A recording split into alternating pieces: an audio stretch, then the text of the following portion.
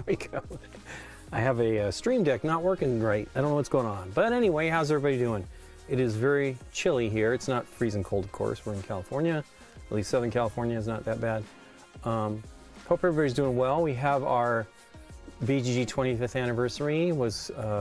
This week. It was yesterday, and we are doing the BGG Hall of Fame, and we're inducting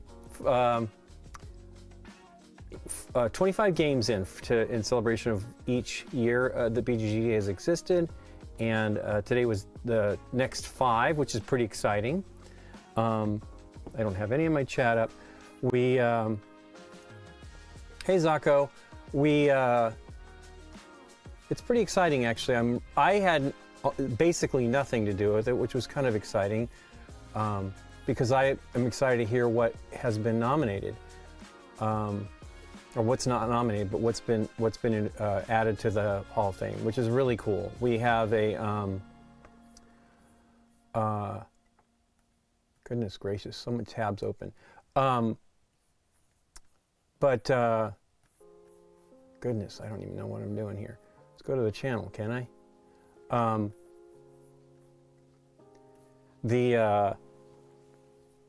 There's a bunch of really great titles added. Already we had Diplomacy yesterday. I do not want to speak because I got to be careful, because I know I haven't really paid attention. The videos are all done, but I have not watched them. So Diplomacy, Cosmic Encounter. I think they're also going out in the year of publication, so they're early. Acquire, Civilization. Goodness, I'm missing one. And then today, well, actually I can look, right? I have access to what is called the internet. We had, wow, is this accurate?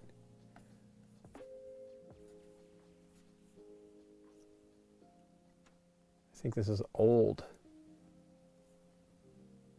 So yeah, yesterday was Cosmic Encounter, Civilization, Acquire, 1830, and Diplomacy. Today is Ra, Catan, Magic the Gathering, El Grande, and Tigris and Euphrates, which is really cool. I'm really glad that we are, hey Leakiel, how you doing? I'm really excited that they're doing it. It's something that probably should have happened a long time ago. But you know, it takes effort, and it's also kind of a challenge to put yourself out on a bit of a limb there and say what you think are the best games. Now, we had a jury of 8 people, and Jennifer Schlickbairn, who is one of the earliest people I had ever seen in the hobby. Her interest in the hobby is amazing, and she was part of the reason to make it happen. She worked hard to make it happen, and she was right, especially in the 25th, in relationship to the 25th anniversary. Very cool. I might have lots of noise outside. They are supposedly going to be trimming trees. We had our trees trimmed in the end of November, and we had a lot of limbs fall from trees. We have some trees from our neighbors directly adjacent, and they are going to be trimming today. They're really nervous about it, which I understand. I don't think they have that much to fear. It is still windy. I woke up this morning thinking, oh, hey, it's calmed down, but it is not. It just goes through phases, and it's really kicking up when I start to come in here. I hope everybody's doing well. Today I'm going to be working, I might as well cut. I don't think I can use this. Let me try.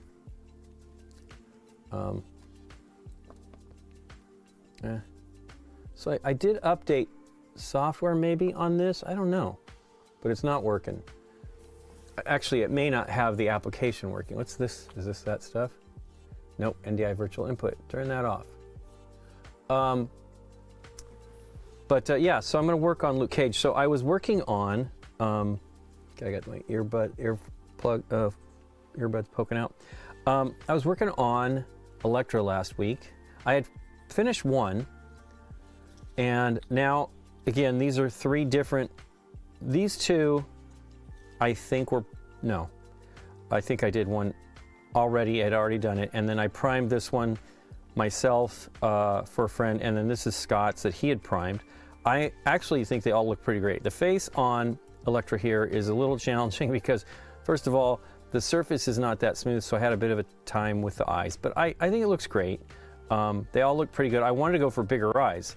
I'm not sure that I love it, but it's fine, and it looks great. I think the color with the very, very, very white primer turned out pretty great. You know, you can go for it. I like the shading. I still feel these were probably a little darker than, like this one's darker than the rest. So, you know, I'm kind of eager to get to the point where all 3 of them are done at the same time. I still have, where's that pile of minis? I still have a lot. I probably got about, oh my gosh, 5, 10, 15. I got at least 30 something minis to do for Scott to finish this phase. I don't have that many for the others, so I will be doing some like this one will be, today's will be individually done because I'd already done the other 2. But I'm going to do Luke Cage. So I've primed everything, or varnished everything, excuse me. I'm going to probably finish that first. Truthfully, I don't remember which one. Maybe I did them. I might have done them. I came in here. So we worked in the studio. We did a lot of work in here. Not necessarily visible, but we did some reorganization and camera optimization for angles. Theoretically, we shall see. We filmed this weekend for a bunch of stuff. But I varnished everything. I think they're all good. So they basically, you know, I got Shang-Chi all done. They're ready to go. I mean, Scott's, look at it, looks good with the bright. You don't need to do the zenithal highlight if you don't want to. This is entirely, I mean, he did essentially do a zenithal shading with the rattle can, but my only problem with the rattle can, at least in this instance, is I painted his face. It was too dark. It's like this one. I painted her face as well, but it didn't quite come out the same. I'm not sure. I think I might have applied the paint more thickly on this one, and this one I was more cautious about it because some of the details are with the rattle can. You really can't add more paint too much because it will cause problems. Anyway, I do think they look good. I don't want to prime them white. I do like the zenithal highlighting. I just prefer my method of it, and I'm still not even sure. Like I've been saying lately, I would like them to have a different kind of white as the top coat for the zenithal. So maybe it will essentially, in my case, be 4 shades. It'll be black, then so black all the way, as much as you can possibly cover the miniature, then gray at an angle. So here's another one that needs to be, this is, you know, Rattle Can by Scott, but gray at an angle, this is just 2, and then white from the very top. Maybe I'll paint Jessica Jones as well here today, but her face, again, it's too, hey, thanks for the follow. I'm not seeing it, but I'm excited that it's there. Thank you so much. That's weird. Should be showing up. Maybe not. Let me see if that does it. I don't know. Got all kinds of things overlaid here. Anyway, well, thank you so much for the follow. I'll see if I can spot it here. Actually, I know I can with this.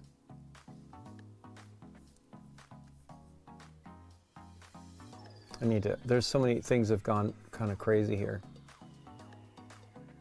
Nope, that is not it. I wonder what the heck it did there.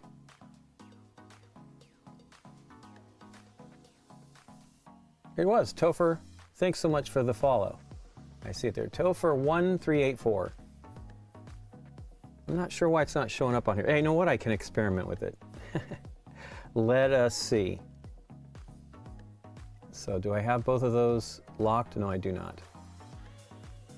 I can't remember which is which.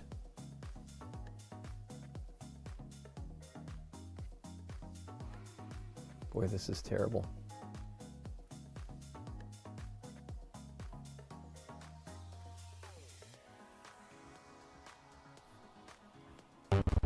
There we go. Okay, I got it. Thanks so much, Topher. I wonder what the deal with the audio is today. Anyway.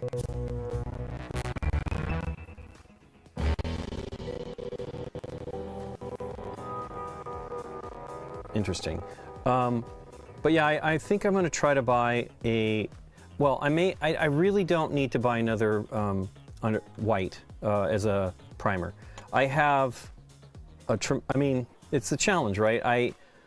You want it to be able, the paint to stick. Now, I will have had black underneath it, plus gray and then white, but like I have this bottle of Stynylrez and it's this full. Let's see if we can get to focus. It's 16 ounces. I barely used anything. I'm not going to waste it. It's actually pretty great. I just can't get it to be, it's weird. It's inconsistently bright white, so I don't know what I'm doing wrong. I've done things where I've primed it the next day. Do I have any miniatures primed here for myself? Let me look. I do. Well, not mine. Yeah, these are too gray. I mean, here's Groot, and it's too gray. I still need a white on top of it. And then I like to cheat and put a little bit extra on their face. Hey, how you doing? Happy you're so safe, man. We are doing okay. I've told everybody we had an evacuation warning almost 2 weeks ago on the Thursday. It was today's the 2 weeks since the fire started. And then on that Thursday, Nikki and I were getting ready to come out to stream, and we had a warning of not a mandatory evacuation, a warning that we might need to. And thankfully, the fighters were able to stop it, and we didn't end up having to evacuate. But we had a scary situation on Thursday, that following Thursday, Friday, excuse me. I went to a video game convention thing at the convention center downtown LA with my friend Mike. And when I got home, I took Nikki, let's go get something to eat. So we went to a place, we were trying to go to a nice place. And when we got there, it was, we could see the fires in the hills behind it. And there was a mandatory evacuation. So we got stuck in the mandatory evacuation trying to get just back home. And it took us a long time, and it also made me realize, which I saw, who did I see? I saw Bill Hader talking about it, like if you get the evacuation notice, get out. And he's 100% correct. It's too scary. I am very happy. Wow, this really needs some help with the primer. I'm going to have to just touch it up. The highlight. It was scary. Like we were in our little car, and there were just massive SUVs all around us, and we just did not know what to do. And we got out of there, but it was definitely not simple. And that only happened because we know the neighborhood well enough. It was about 4 or 5 miles down the road, and it was just crazy, crazy, crazy, crazy. You definitely do not want to get stuck. So the next time, Nikki and I will just go take a break. And you know, there's not much you can do for your house if something happens. Yes, it would be nice to try to keep the fires out. Now, we don't have an attic space. So that's one of the things that happens that catches when fires start within the house. So who knows? But thankfully, we're doing okay. And nobody that we know lost their house. We have one friend that maybe did, but I looked it up in a database, and they had not lost their house at that time anyway. So I'm hoping they're okay. I have not heard from them, but I totally understand. They are not necessarily even in town.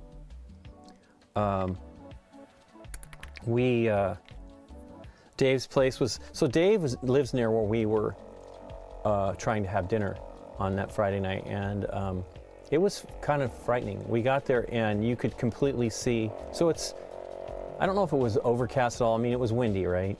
But the smoke was, the fire was bouncing off that, the light was bouncing off that smoke, and holy cow, it looked very scary. And then the next day, we went to go with my mom someplace, and you could see the smoke from the fire. It was just massive. Couldn't see the flames. And I'm not sure we even, we saw the light from the flames. But yeah, it was weird. and not at all comfortable.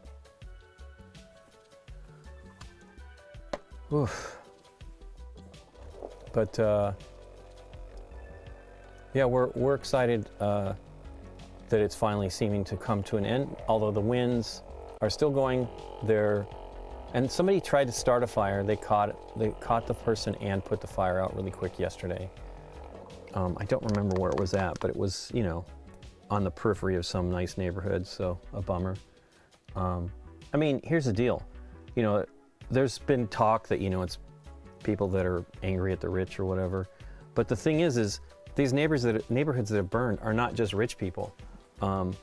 There are lots and lots of folks that have been there for ages, and they're losing their homes, and it's really a drag.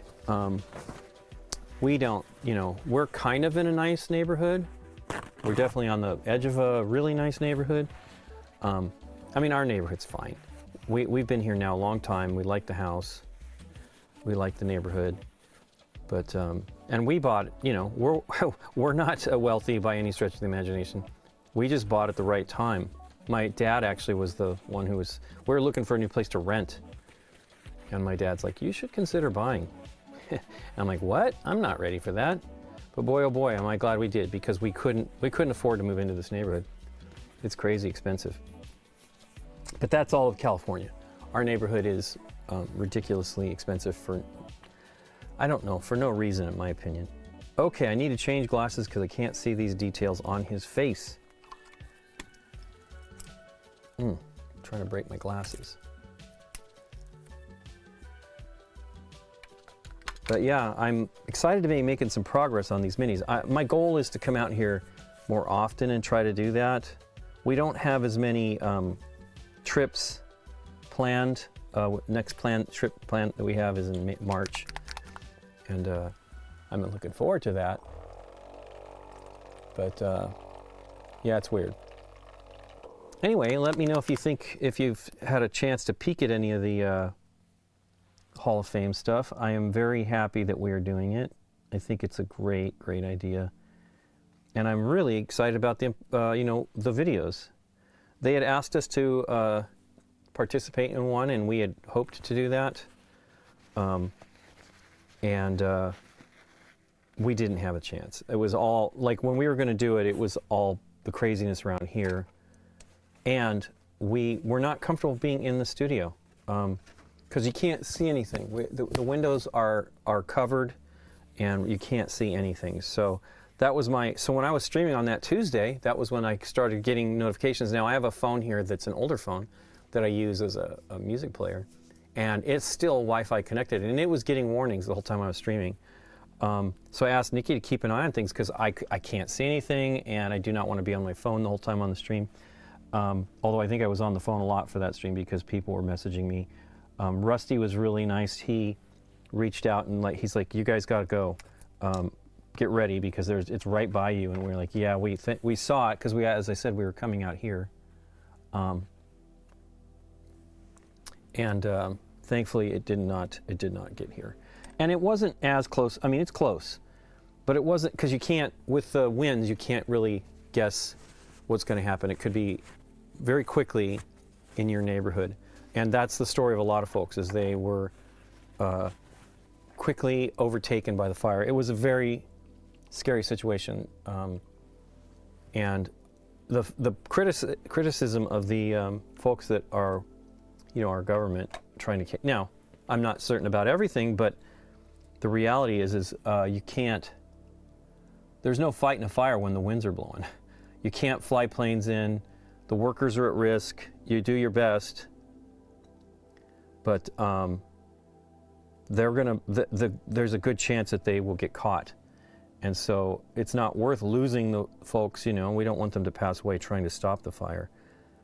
But I'm sure there's just going to be tons of criticism of it, and it's a bummer because they actually did a pretty amazing job. The one near us, which was 2 days into the fire. And it was a new fire, and it was started by someone. It was a firebug or whatever. They caught the guy. Actually, he's not been proven to be guilty. I don't know what the end result was, but they stopped that fire from getting into the neighborhood. It was in the, we're right on the edge of hills with brush, and they stopped it.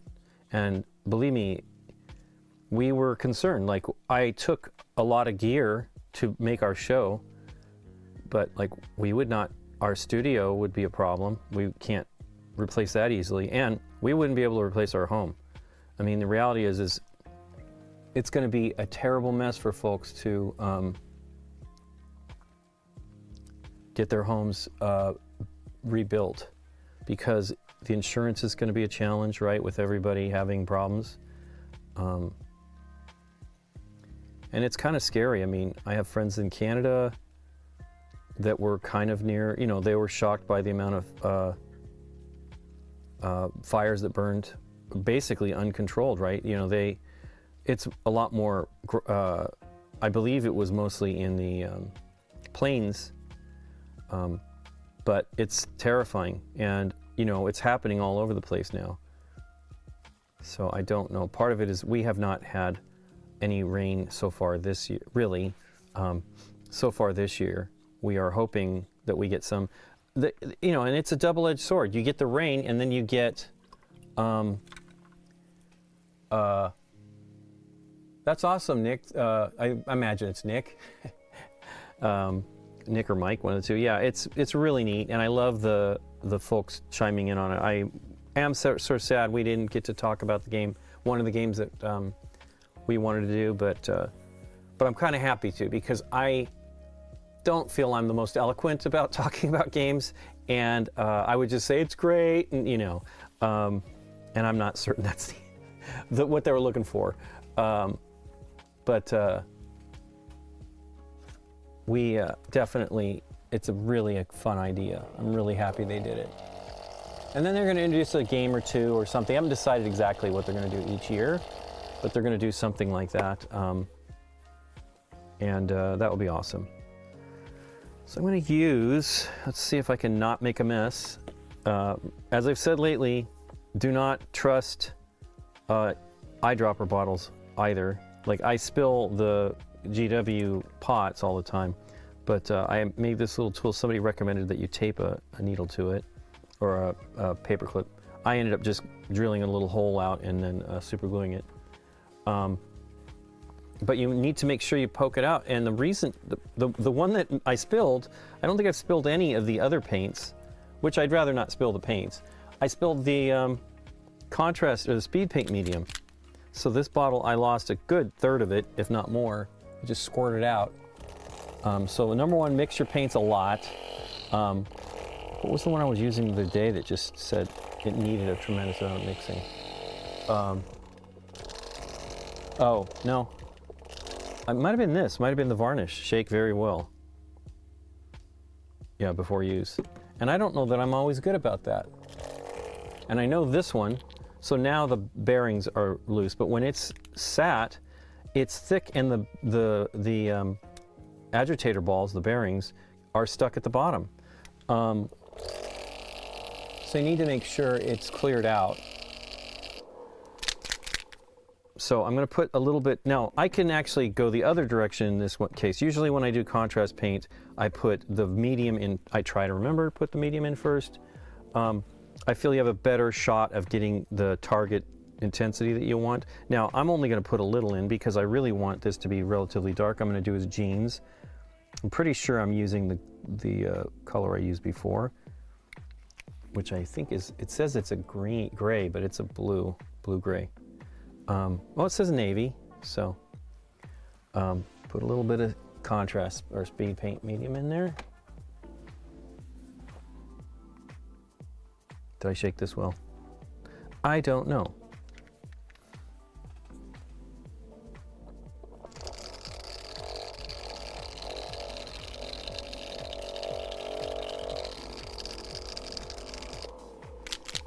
I do hope they do trim the trees, though. It would be good to have that done.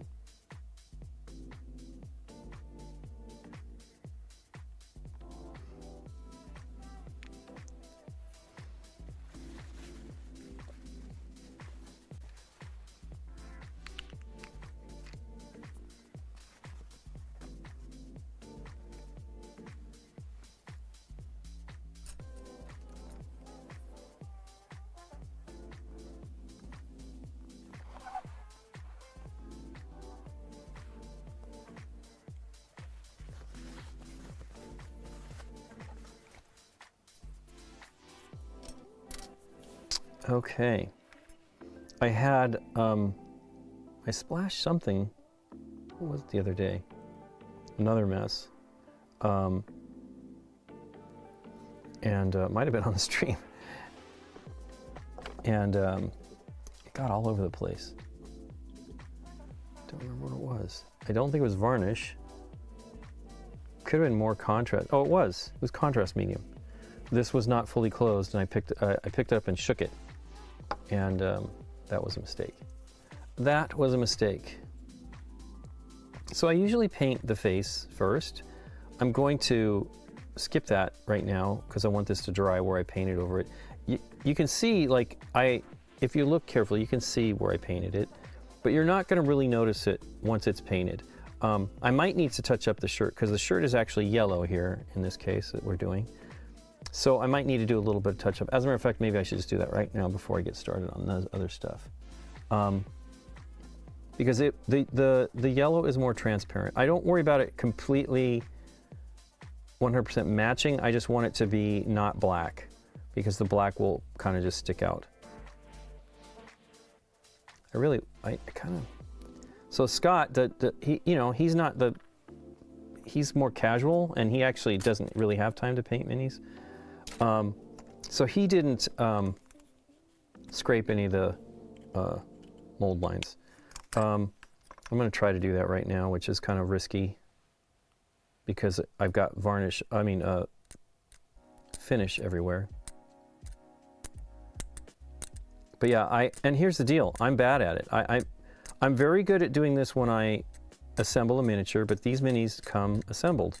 And so my brain is just, I haven't got it in my head yet that, hey, guess what? You actually do need to, varnish you need to clean the edges. And it looks like his head, I wonder what happened there. It's pretty nice. I need to look at the other side there.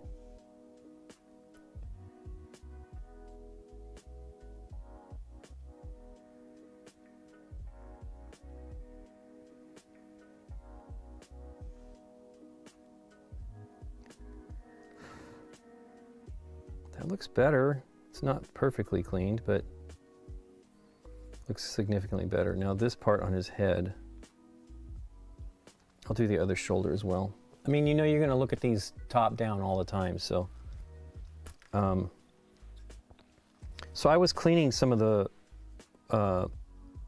mold lines on something, and boy, I saw how much paint is in the rattle cans, so you gotta be cautious. Now, these are not completely filled with detail, right? You know, they're nice and they're fun, but for their size, it's considerably lacking in detail. But it's what it is, right? They're a comic book, and these are chibis, so I know Nick was not into the chibis initially, but I think he got into them.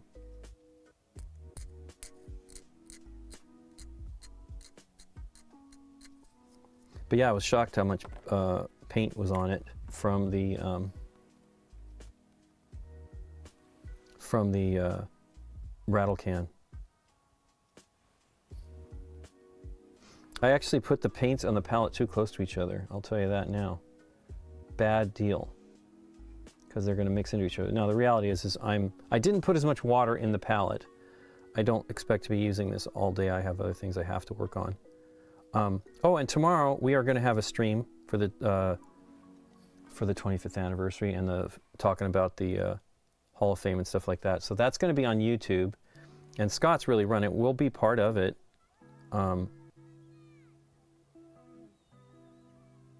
So I'm excited about that. And that's going to be at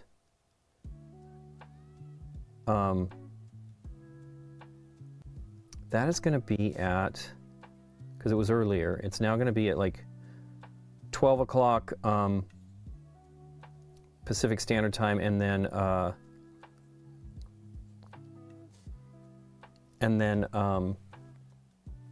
it's gonna, I don't think there's any kind of limit to how long we're gonna run. Nikki and I will probably not be on it all day. I'm planning and hoping to be done with my episode for Thursday.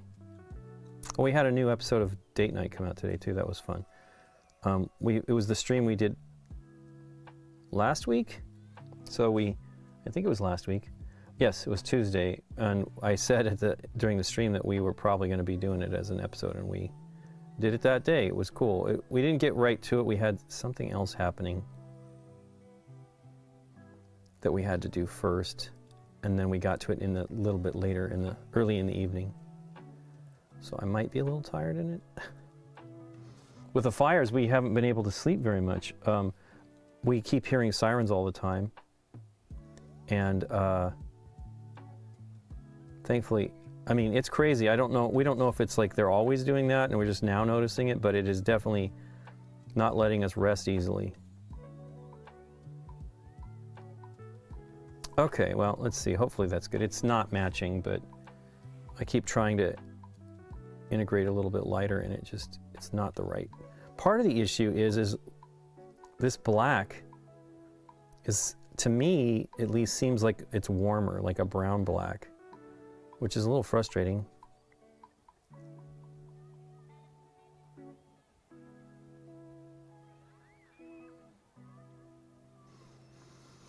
Okay, so there you go. I'm not going to touch that for a little while. You definitely have to wait. It doesn't take as long to dry, like it's not as chalky as straight white, you know, like the dead white. Oh, hey, I didn't do his shoulder.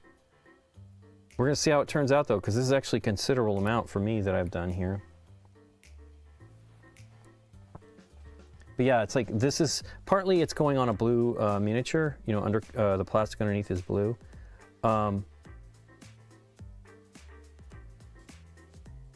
But it seems more brown, like it's cooler. The black or the gray I'm making is cooler than what is sprayed on. And I have the same problem when it's the minis I paint. So I'm not really sure what the deal is with this black. This is supposedly coal black, and I thought the coal black would be a, is that right? It's called coal black? Sure is. I thought coal black was bluer, but, you know, it's a name. There are several blues in the, blacks, excuse me, in the contrast one. There's Black Legion and Black Templar, and they are different, which is cool. I don't know. I feel like the Black Legion is bluer as well than the Black Templar, but the Black Templar is pretty great. So that does it. Hey, thanks for the follow, Soul Reaper 944. Soul Reaper X, Soul X Reaper. Thanks for the follow.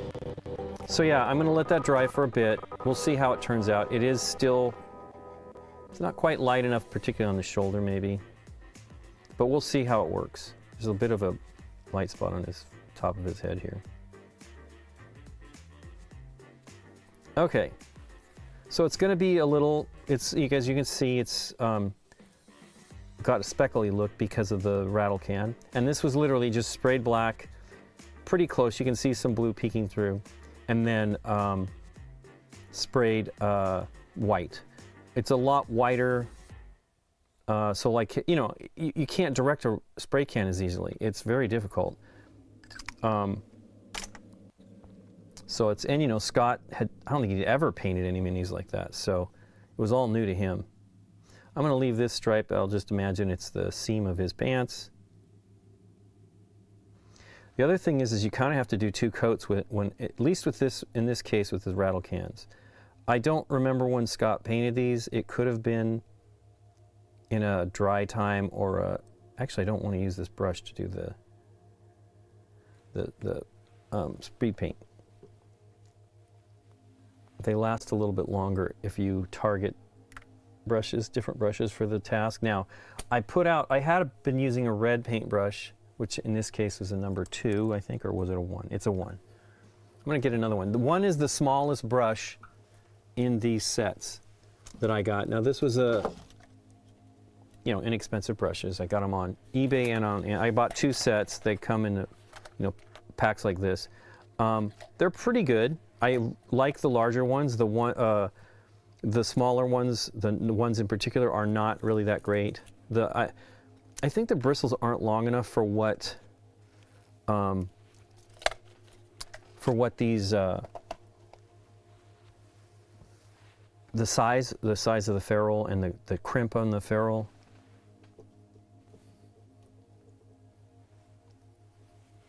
Okay, let me clean that a little bit more. This has never been used. It's probably got some starch in it. They put starch to protect the paint, the bristles, the paint. So there you go. That is the same color. It just looks a little different. It's also, I've reduced the intensity a tiny bit. Actually, let's get the stand. One of the reasons it's good to, now I don't have really oily hands, but if you use a mini holder, you have less chance of oils getting on the miniature. And you kind of don't want to do that once you start painting. And you'll see it, I've painted some bases particularly where I mostly handle it, and it's pooling up, the paint pools up on it, and it's because there's not enough surface, you know, like adhesion, like tooth or whatever to hold the paint, and it's a bummer. I was saying that you have to do multiple coats because of particularly for this, it's one reason why I reduced the intensity a little bit, because it's kind of got a sandy texture, the finish with this rattle can, and I actually like the look of it, but it's a little too rough, so I tend to put on at least a couple to smooth it out. Some of them you don't really notice it at all. It's weird, and it looks like it's going to look exactly the same. Like the surface looks exactly the same, but maybe, I'm pretty certain Scott painted them all at the same time. He did a lot. It was really smart. It's the best way, is to prime everything and then work from there. But I can't do it. Number one, I am trying to clean the minis up. Like I said, I want to clean the mold lines, and I'm trying to do that, but it's hard, especially when I'm crazy and I don't prepare to stream and I need painted primed minis. So I did do a bunch the last time I did it, but yeah, I'm thinking about trying to buy a bottle of, so I airbrushed when I did the Crimson Court minis, the Warhammer Underworlds. I'll show you them in a second. When I did those, I used the brand new white from Vallejo, and the new formulation on the Vallejo paints is really nice. You know what, I haven't tried this one. I probably should try it. This is the new formulation of the War Paints Fanatic stuff. It's weird, it looks like there's words under there. I wonder what that says. Anyway, I should try that and see what it looks like as the final spray of white on the minis. It might actually do the job.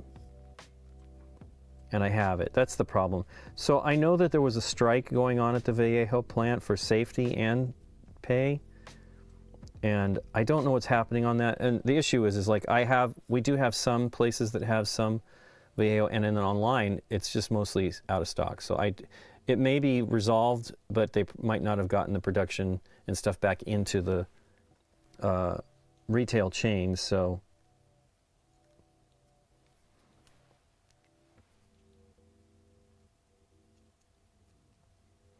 but we have one store that's not exactly close. I think it's about 18 miles away, that carries a lot of stuff. They don't have as much hobby, miniature type stuff. They have no Games Workshop, but they have lots of, they do Gunpla, sell that stuff. They have standard model building, like planes and stuff like that, and trains and automobiles. But they're in Burbank, which is not that close to us, and I just haven't had the time to go over there. I would like to. I was hoping to do it last Friday, but I ended up having things to do.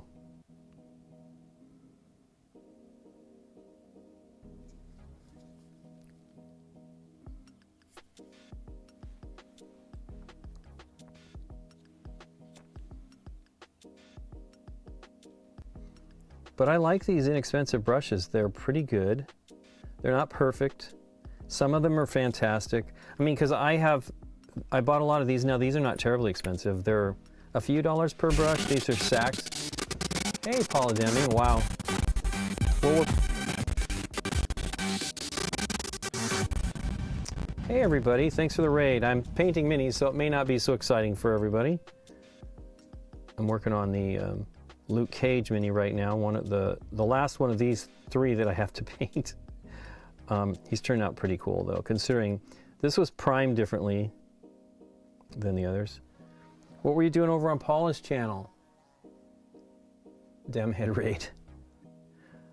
Paula's done a couple of great videos lately. You should check them out on her YouTube channel.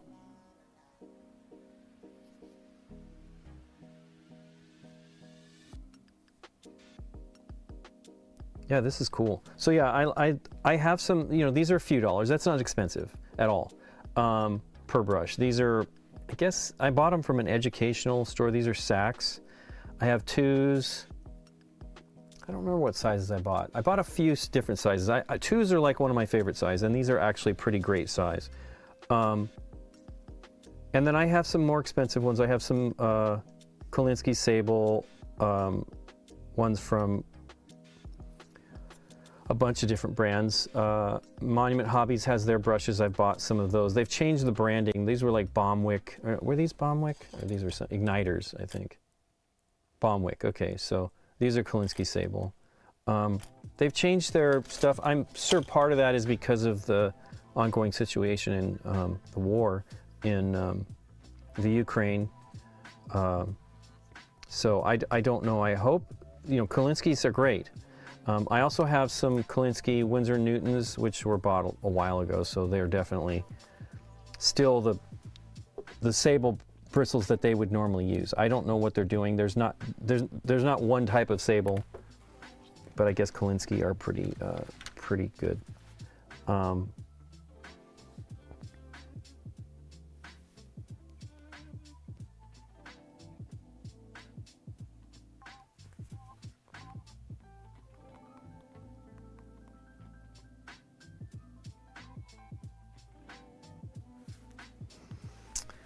Oh boy, here we go. Anyway,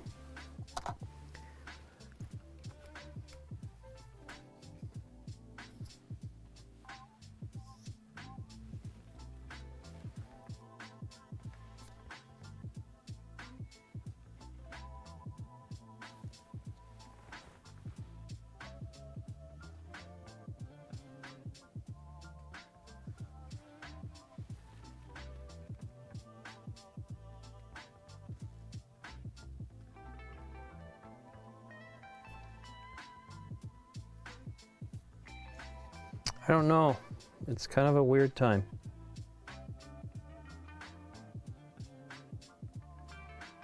This looks pretty good. Now you can see, like, if I don't do a second coat, it's very strange. Like, the finish is not. It's certainly adhesive, right? The paint sticks, and that's probably for the best. But it definitely doesn't flow on quite the same as when it goes on a standard mini. I'm not standard prime mini. I usually use acrylic primers. I don't. First of all, I used to paint everything in enamels when I was young. That was all I knew at the time, and it was like Revell and Testers, and man, Oshevitz were those hard to paint with. I really need to dig them up. I'm pretty certain I still have them, and it was World War II minis. Those were really fun. My dad and mom got them for me for like Christmas. So they were, I think, North African,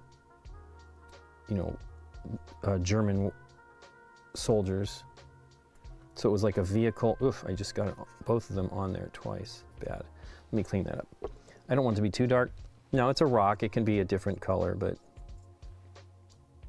if you work quickly, you can get it off pretty fast on any paint. One of the tricks is, if you really don't want to have problems with it, you can varnish your miniature before you start painting like something else. Now, I probably should varnish my faces once I'm done. I'm satisfied with them. But holy cow, it's you got to move fast.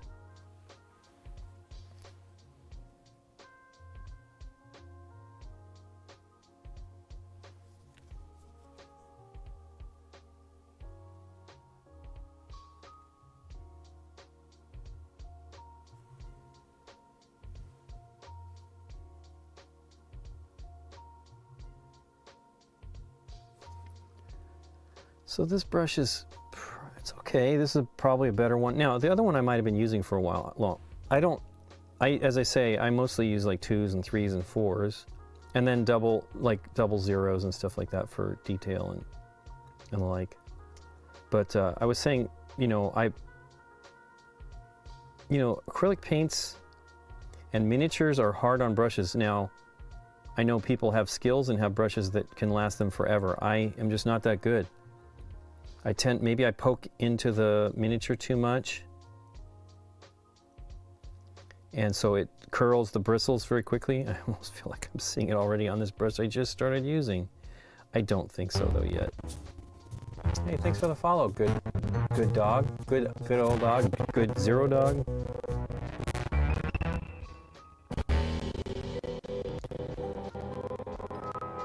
So I got a little bit of blue on his shirt, so I'm going to I want to cover that up before I put the yellow on.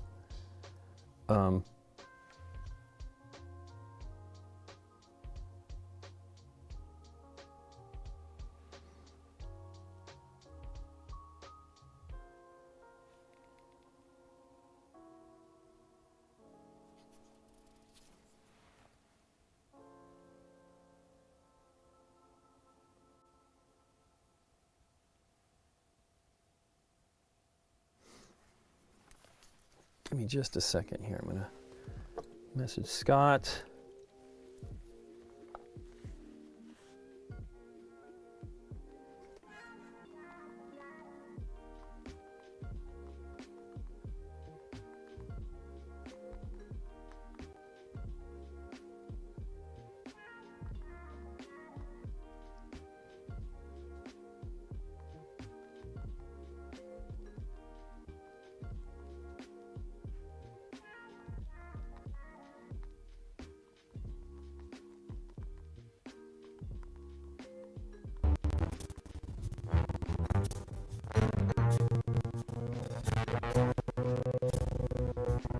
Thanks so much for the follow, Chewy Elephant.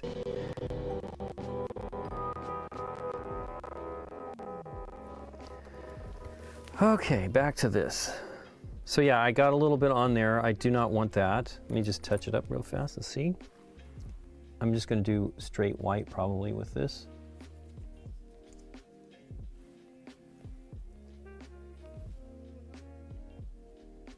It's funny, now I don't see it.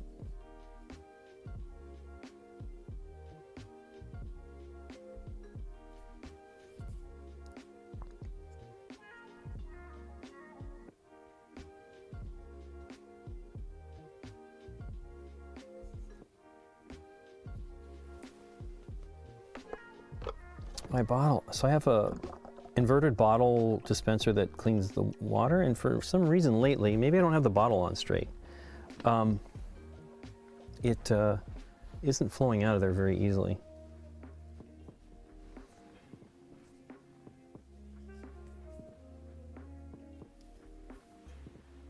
I'm going to use the nice brush to just touch this up because it's a little, the point is better on the brush. So that's one of the weird things is like with these, so these very inexpensive brushes, they were basically, I think I paid from $26 plus tax on Amazon and about $38. I think it was free shipping plus tax. From eBay, they're Royal and Langnickel. It's 144 brushes in the tube. It's a bottle of them. And I just thought, you know what, I'm going to buy them because then I won't have to worry about, I'll try to keep my nice brushes nice. And hopefully just, you know, do the destructive work with brushes with these these inexpensive ones, because I think they come to about 32. Oops, I think they come to about 32.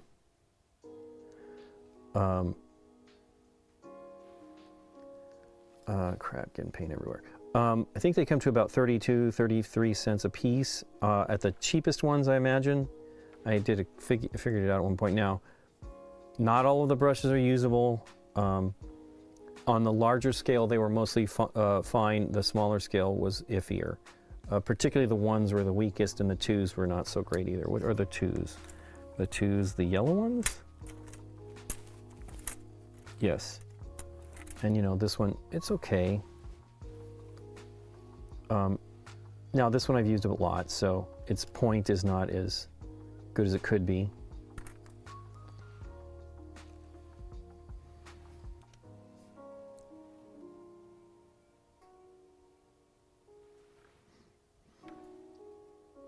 I can't remember why we're only doing the stream. Oh, I know why we're doing the stream on YouTube tomorrow, because YouTube, our audience, I mean, we're on YouTube right now too. Our computer here and our internet connection is very good, and we can generally stream both channels and get mostly good results. It is weird how they are different. I've had people tell us what was going on with their stream, and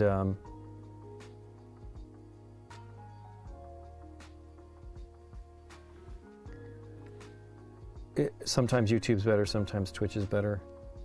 Partly, you know, Twitch is a lot of streaming. I don't know how, I'm sure there's a good amount of streaming on YouTube as well, but Twitch is all about streaming. So it might have better or worse, I don't know, situations where the load reduces the quality. Now, you don't have to, I'm getting in here and painting his top of his belt loop. You don't have to worry about that stuff necessarily.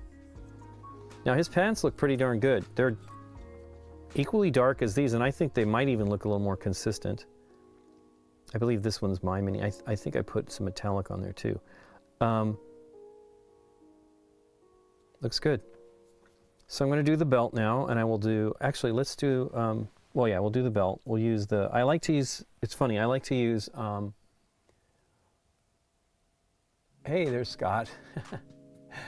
How you doing, Scott? I like to use the Basilicanum Gray for leather. It's, for whatever reason, it looks more correct to me. And that's just me. I don't even know if, who knows if my eyes are accurate. But I really like the end result.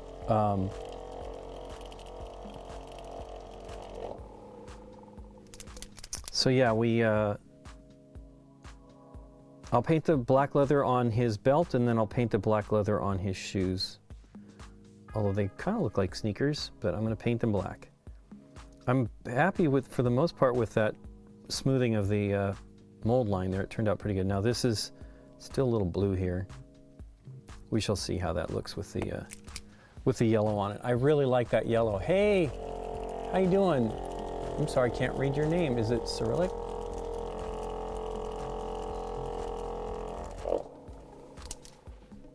So yeah, this mix up pretty quick with, so I'm using a vortex mixer, which is a piece of lab equipment. I don't know if this one's specific. I mean, it looks like it's designed for that, or maybe nail polish. It has like a dimple for the test tube.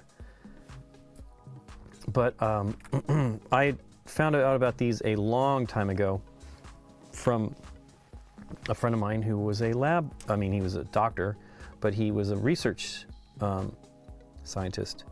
And he was like, oh, well, this is something you want. And I wanted like a very, well, I didn't know that there were other choices, but I dreamed of having one of the industrial grade mixers. And you know, they're very heavy and they won't move. There is some people that recondition or take new ones and kind of jazz them up for hobbyists. And a friend of mine has one, and I'm sure they're phenomenal, but I definitely don't need that. So again, I'm going to try to start with, I completely missed the thing there. Okay, and I probably put too much. Hey, thanks for the follow, Wobagger. So I usually start with the clear you know, the medium. Now, I don't need that much black. This is going to be a problem. It is foamy, so it's not really as much as I think it is, but I'm going to try to reduce it a little bit. Because I don't want it, I want it to still be black. It is a gray, and it does look like a gray, but when it goes on the minis, depending on how you put it, it tends to look like real leather to me.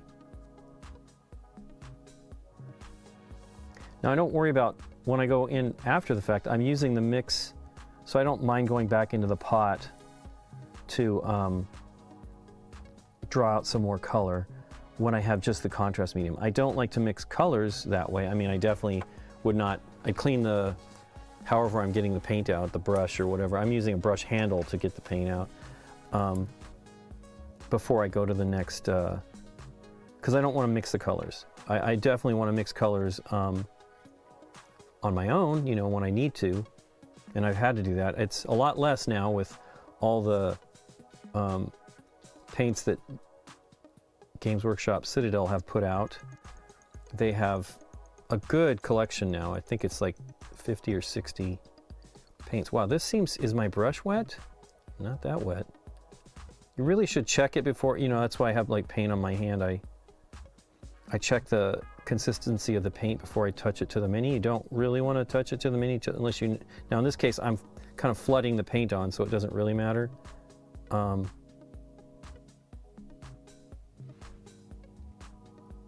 But you don't want too much because then it might get everywhere, so that's another reason. But you definitely don't want it to be too wet, like when you're doing something like an eye, because you just flood the eye socket with all this paint. And these are, again, these are large minis, so really. I'm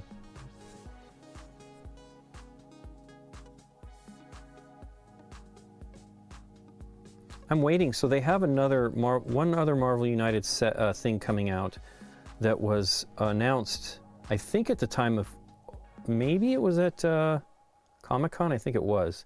And I think they had some for sale there. And then I think they were doing it again at Gen Con, but I didn't see it and I wasn't too worried about it. I don't really like to take the place of somebody else in line.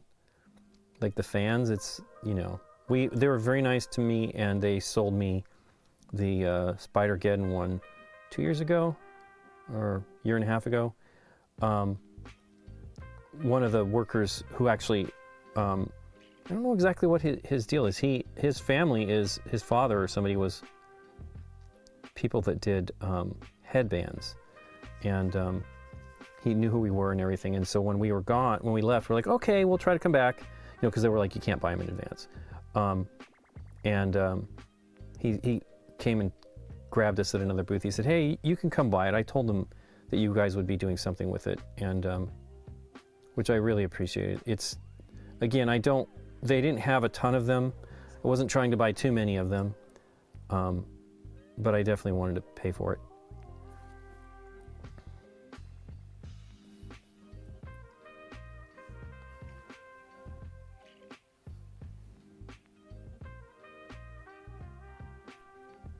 Too much paint. Did exactly what I was talking about. Now, you do need to flow on the contrast paints pretty heavily. I'm surprised it's so, now they're generally kind of thin when they're fresh.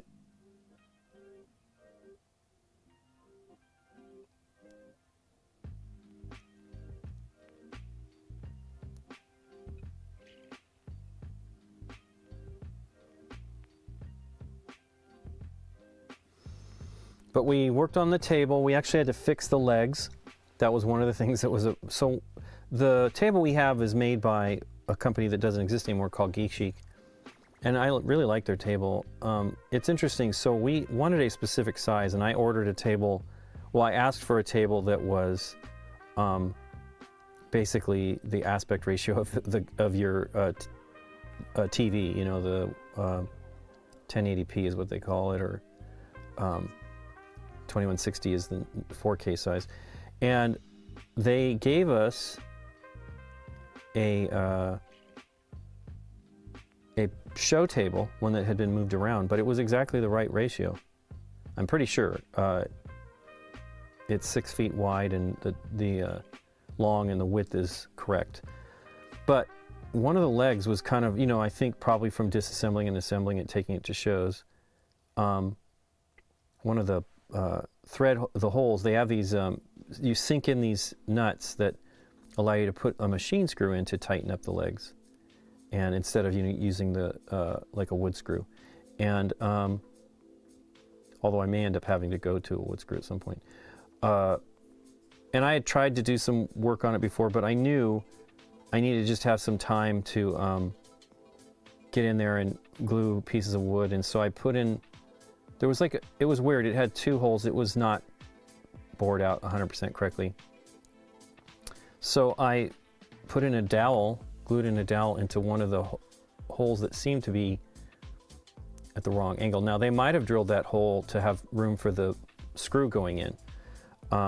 They had like a wing nut machine screw, and but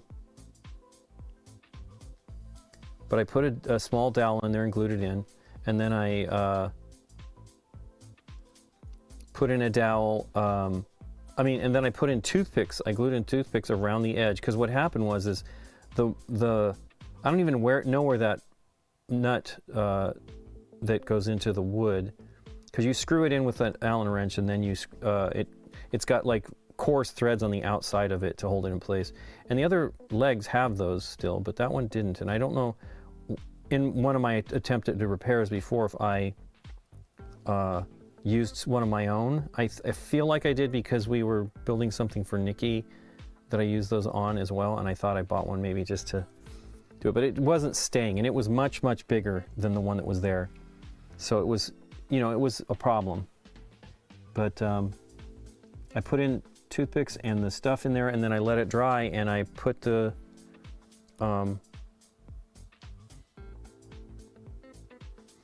whole thing together, and it seemed to be pretty solid. So I'm happy about that, because it creaks and stuff. Now it's always going to creak, it's wood.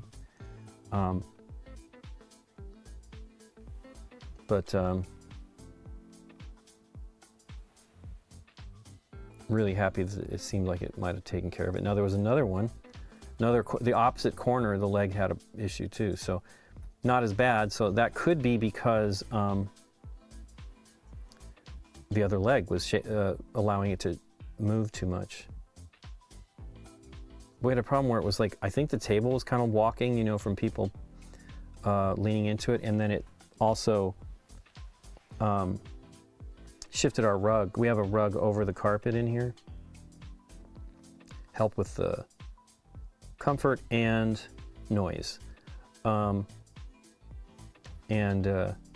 It was bunched up so that I was tripping on it. And I'm like, that was the main reason why we were like, we need to fix this so we don't trip. And we had a bunch of people in here for the stream. We did a stream at the 21st of December, which you can watch. It was fun. We had a bunch of people over and streamed some games and had a great time. And I was just nervous because we had people walking around a lot. And it seemed to be worse, so I was like, and that could have been just from all the people too, I don't know. But I think we got it, and it looks like it's pretty good. Okay, I'm going to do a little bit of metallic on his belt buckle. I think I bought a few of the speed paint metallics, which are pretty interesting. Hey, it's not turning on. There we go. I really like these paints. I don't think there's one that's bright silver enough, but that's probably a bit related to the contrast aspect of the paints, because they actually do react, they change over the undercoating. So you can do some interesting effects with it. I watched a pretty great video that Vincent Venturella did. His channel, he has his hobby cheating videos that are great, and he was doing some tests with it over the different kinds of undercoating, different colors like brown and stuff. It was pretty amazing. Looks good, and he's one of the types that's not bothered by. I really don't want much on here. He's not bothered by metallics. You know, a lot of people are doing the non-metallic metal, and he does that stuff too. But he feels that they have a good place. Now, his favorite metallics, I believe, are the airbrush metallics. Is that what they're called? I have 2 bottles. I need to buy. I would like to buy all of them, but they're $10 or $12 a piece. Metal color airbrush colors. They're thin, but they're great. I want my metallics to go on smooth, and I like thin. So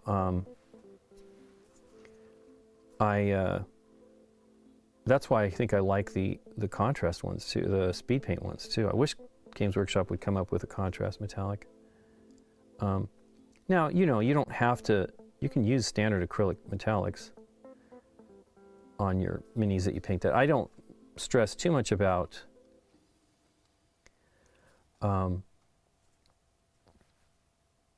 using standard acrylics. I mean, my goal was to try to use as much contrast paints or speed paints on my minis when I started this stuff as possible, because I feel it's a great way to get people to paint minis. It actually get pretty nice results relatively quickly, and you don't have to be... Now, I'm painting large minis. Oh, I was going to show you the Games Workshop ones.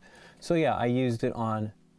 I used mostly acrylics, excuse me, contrast and speed paints on this. Actually, I think this one was this color here, Sebastian. I was at Sebastian's in Germany. It was bright red. And I really liked the color. GW's got a couple colors like Blood Angels Red, and I think Blood Angels Red is the one that's closest to this one, and it'd probably be perfectly fine. He had that, and I was very excited to try it. He actually does use the contrast paints, and he was pretty impressed with the results. He's like, wow, that was the speed paint? And I was like, yeah, this is really nice. But I used that as the white, the Vallejo white as the zenithal highlighting. And it turned out pretty good. But you could see, you know, it's much smaller, like the face is comparatively tiny, you know, I mean, his torso is smaller than Luke Cage's head. But you can use them totally, you know, you get nice results. You know, they look good. This is a purple that was a contrast paint or a speed paint. Pretty certain it was a contrast paint.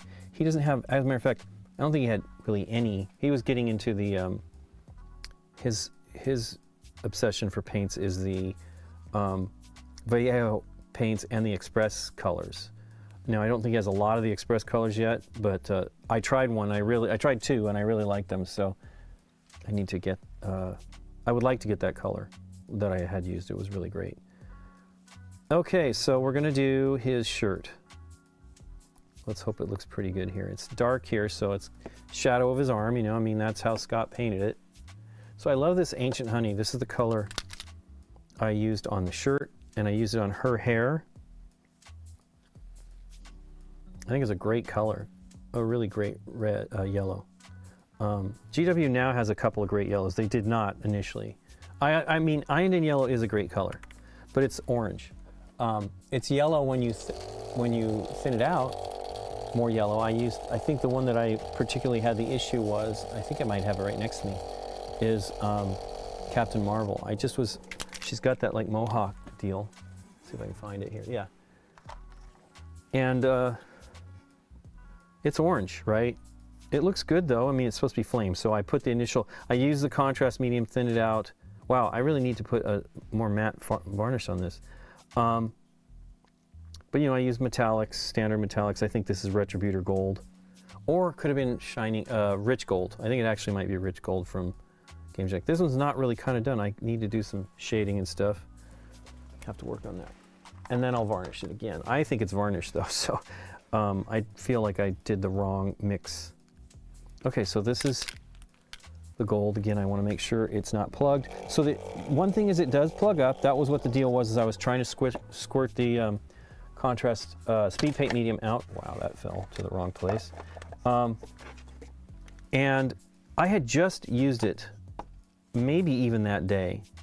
I mean, I'm pretty sure it was that day. And it was corked up from that, but from drying out. Look at this, it's already more drying out since I just opened this. Maybe I'm wrong.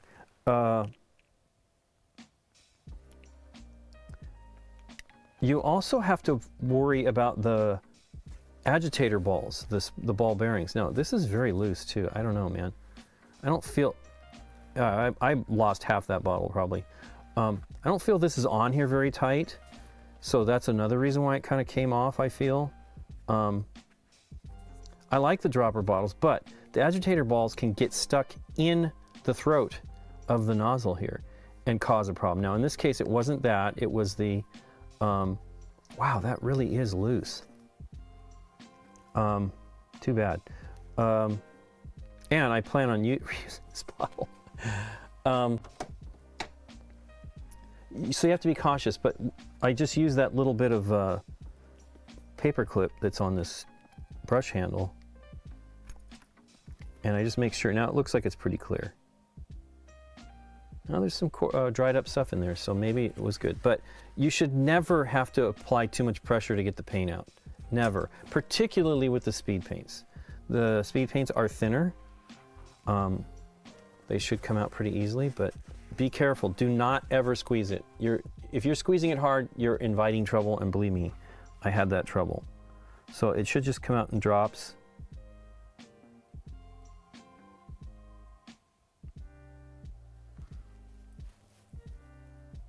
Okay, sure looks brown on there.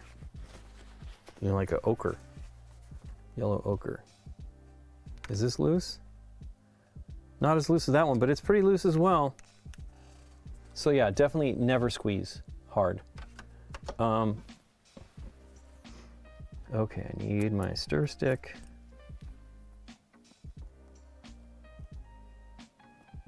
Now this might come out as pretty strong yellow because this is primed pretty white, you know, but not entirely, right? You know, that's not that bad, not that strong. So I'm going to use the number 1 here. See how that goes. See how it looks on that. Wow.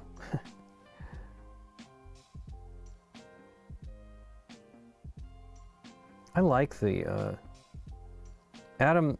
What he did he did some streams for us in 2020 during the pandemic. I think I was the one that convinced him to paint on streams. I'm like, you might as well, because he was doing YouTube video gameplay. I'm like, you should paint on your streams, and I tried to convince him to save them. He does not. But he did. I think we did a what we call the VirtualCon BGG in November of 2020. And he painted some Hellboy minis for that.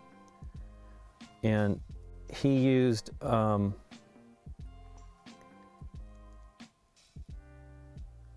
can to prime it.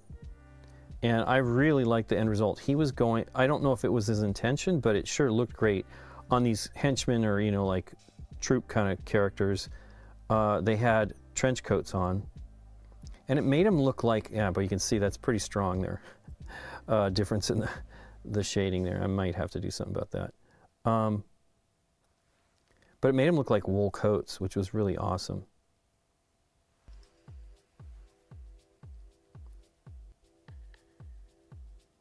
My biggest trouble with rattle can is just the mess. I mean, the rattle cans aren't inexpensive either, but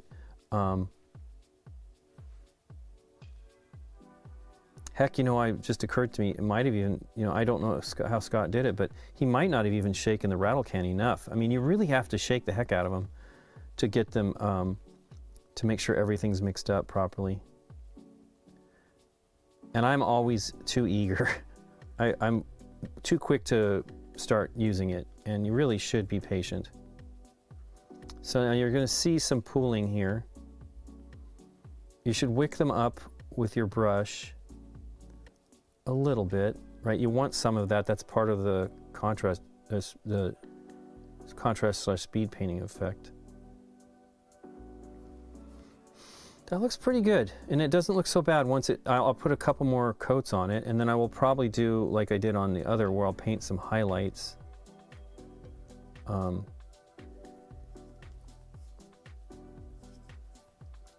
it a little bit. I believe I did that with standard acrylic.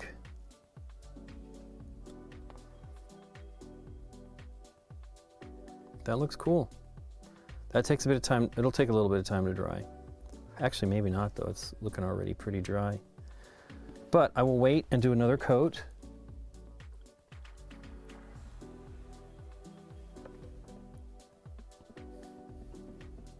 So his head is going to be, you know, I've talked about this one many times, why I shouldn't have that visible there, because it focuses on it.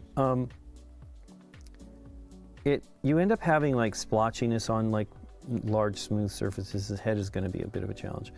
And it will be an issue because like it is a different kind of finish. Maybe I varnish his head first. I think I'm going to do that.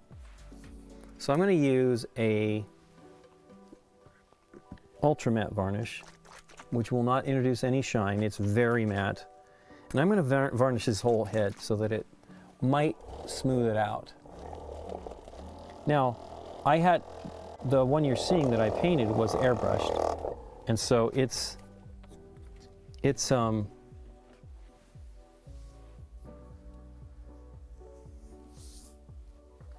to be pretty darn smooth.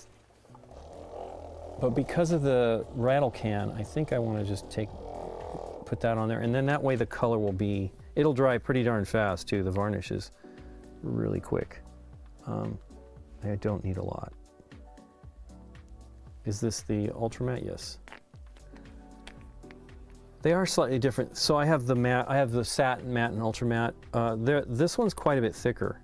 And I tend to mix a little bit of ultra matte into, as a matter of fact, maybe I'll put one drop of matte in there.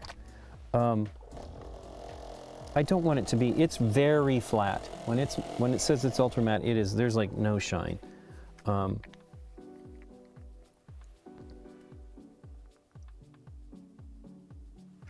Boy, it is really considerably thicker. It looks like I'm putting white glue in. They do recommend a thinner. I don't have it. This is from AK Interactive. I did buy this from that store I was talking about in Burbank, and I will probably buy their thinner. I mean, you could probably use any kind of acrylic thinner, but I still feel like I'd rather use, for something like this, since this is what the end result is, you know, you want your miniature to have it look complete. I will use their mediums and varnish thinners. But the hope is that I won't have the like sandy effect so much, because you can see I basically did 2 coats on this and it absorbed. It doesn't have the kind of the white, the strange white or light part of it coming through. But yeah, you can do this when you're painting a face and you feel like you have it where you want it before you do your next step. And then if you make a mistake, you can much more easily wash off where you fouled up. And it works pretty well.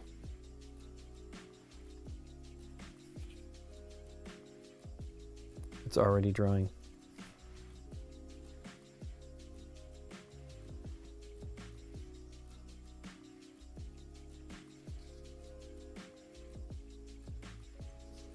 Hopefully that'll do it. It already kind of has, looks like it's unified the shading a little bit better there.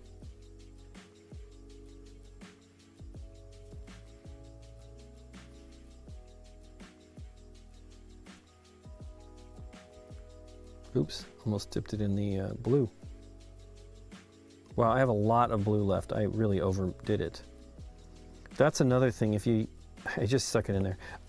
If you start with the you know, if you're adding in the speed paint mediums or the contrast medium, you can overdo it. It ends up making a lot more paint. Now, to be honest with you, more, as long as it's not too much, is better than not enough. I tend to have to keep I think I got enough, and then I have to mix some more because it's not, I don't use it straight. You know, I don't have it just out of the bottle most of the time, depending on what I'm doing. Like the red I did on Daredevil, I did use it strict. Well, I don't know if I did it the second time. The very first time I did it, I used the ball red from Citadel right out of the pot as it is. What is his wristbands? Well, they're black. I could use some of the Basilicanum gray. So I use the photos that they use in the campaign as reference for this, because I know Luke Cage only because I know that there's a show about Luke Cage. I didn't know of him as a character, a Marvel character before that. So I don't really, and of course, Luke Cage doesn't wear a uniform. This is his clothes, it looks like. But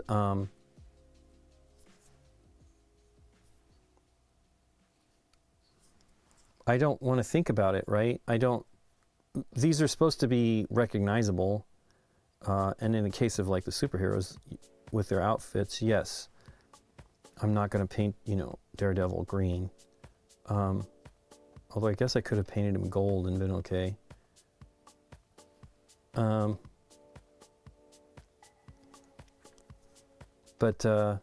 it is taking a little bit of time to dry where I painted. Do a little bit more. So the matte, the ultra matte is extremely thin too. It's like probably the most fragile varnish that you can put on, and that's not necessarily helpful because part of the point of the varnish is to protect your paint job. So you generally have to do a couple coats.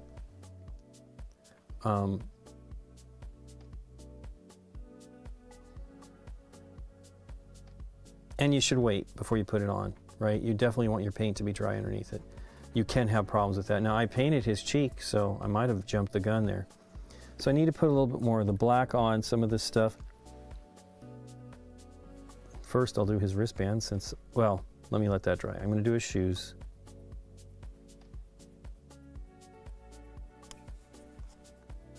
I keep trying to put in that blue. I got to be cautious. Let me rotate that to the colors that I'm using. So I have a sponge over here that is a what they call a Swedish sponge. It's weird, it keeps changing size every time I use it. So maybe more water in it today. But it's a cleanup sponge. They're pretty inexpensive, but as you can see, I put color. Oops, not focusing. And it's great. It gets you can use it to get paint off of it to reduce the how much paint you have in your brush, so it's not too watery. You can also use it to clean your brushes relatively quickly, and it's not, it's not as wasteful as paper towels. Okay, get the right color.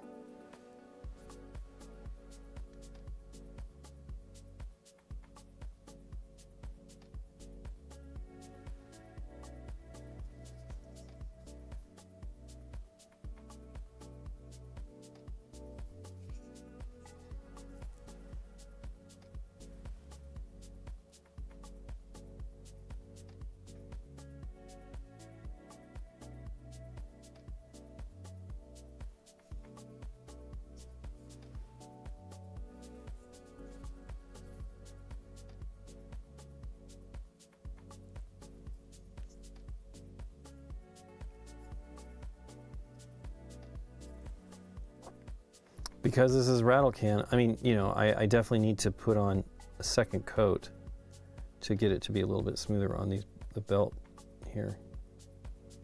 Plus, fix my kind of sloppy job there.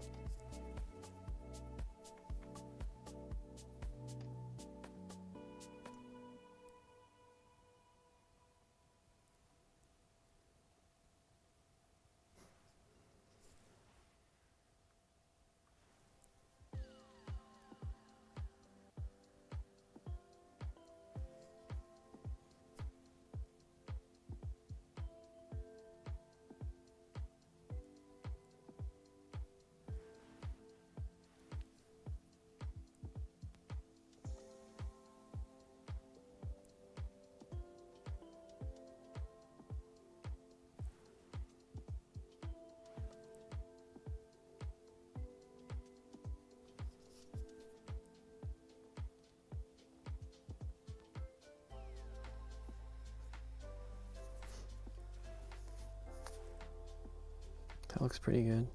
And I wanted to do his wristbands, and I'm pretty sure I could do it. They seem to dry pretty fast, the varnish. And the reality is it's not that big of a deal. You can mix varnish with paint if it's slightly wet.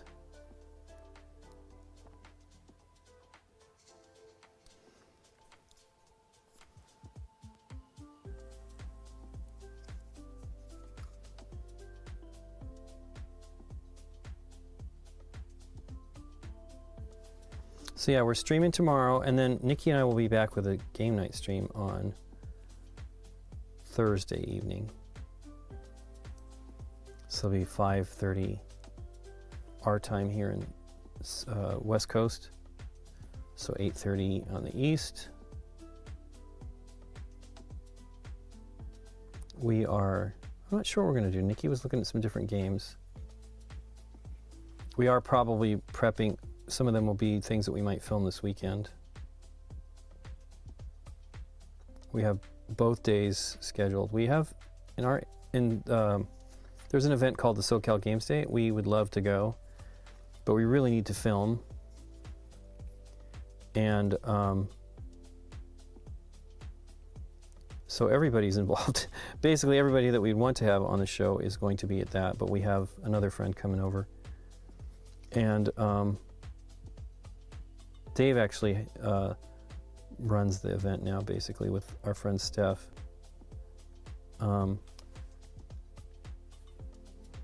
Now, I'm not certain he's even going to be here. He is up helping his mom. And I think he plans on being here this weekend, but it may not happen.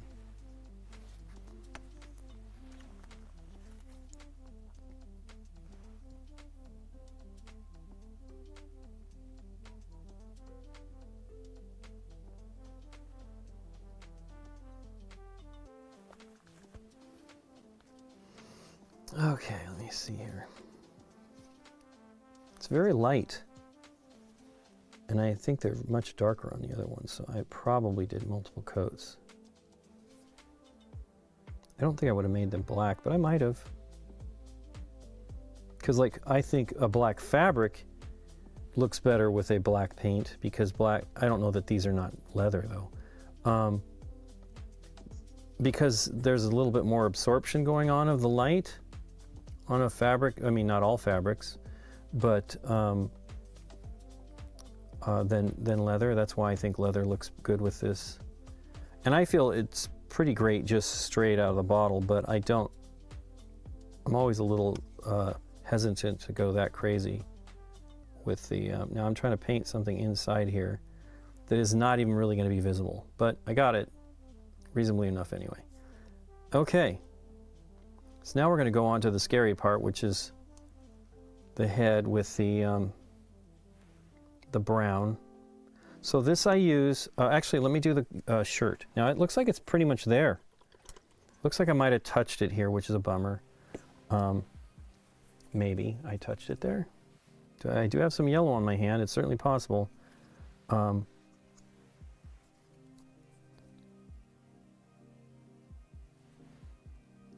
It is one of the things that's good about doing multiples, and one reason why I'm very happy to paint these for others,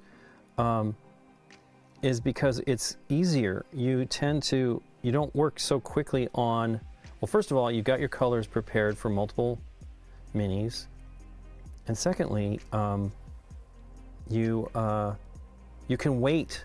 You can move on to the other mini to do something, and while you're doing that, these generally will be dry by the time you're ready to go to the next one. So, come back to it. And with 3 of them, it's really no problem. I can move quickly and get them all done. Not much more time than it takes to just do one, because you still kind of have to wait, even though I'm eagerly painting here and probably am not waiting enough on some of this.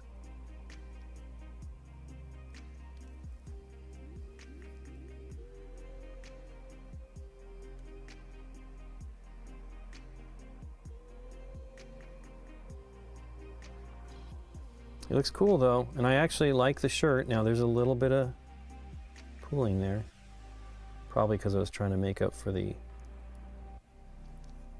part where I think I might have touched it. Now again, it's also a different paint on there.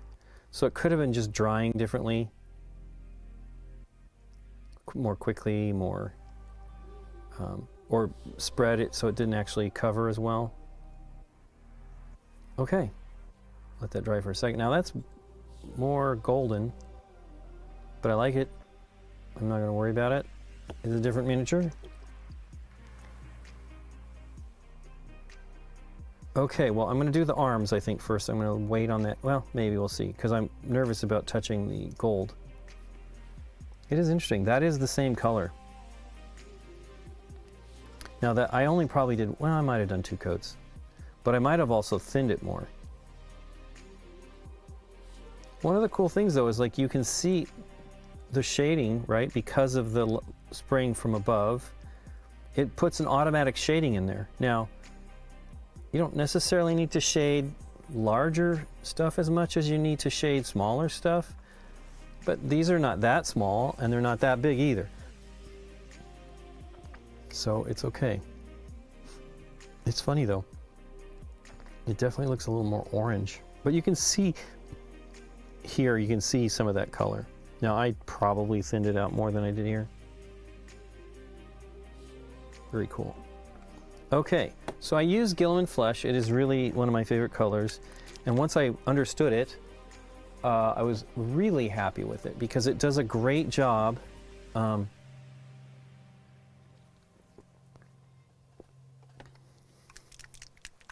with a wide range of flesh tones. Initially, I was unhappy because it was just constantly too dark. Now, I don't know if I was thinning it with water, but it never occurred to me to use the medium, which it should be since I'm a big user of medium. But once I started to use the medium, I was like blown away because it paints from the lightest to the darkest skin tones pretty amazingly. Now I'm gonna thin this out a little bit because for sure, first contrast medium, because for sure it will be too dark. And I also want to try to build it up so that it's not so splotchy. And I'm looking for our contrast medium. It's up here.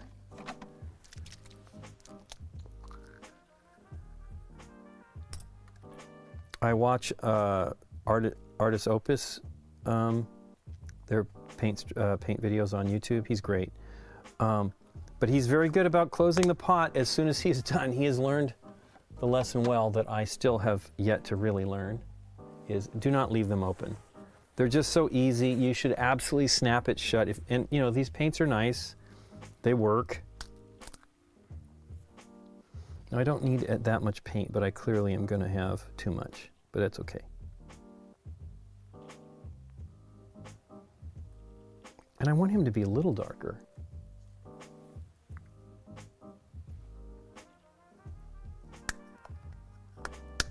You have to be cautious too, because you think you got these closed and you don't. They definitely take a little bit of force. And if you leave them open, and no matter what, you're going to get paint in the seal, but you're definitely going to get dried paint in the seal, and you need to be cautious about that. Look at, it's already almost completely dry, the shirt. It's not really 100% dry, but it's close.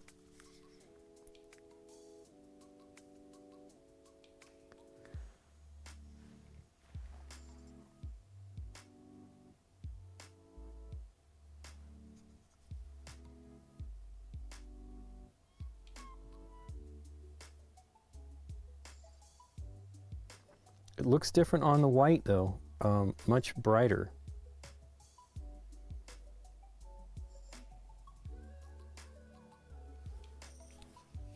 And we do have some blue showing through, so it's going to look weird.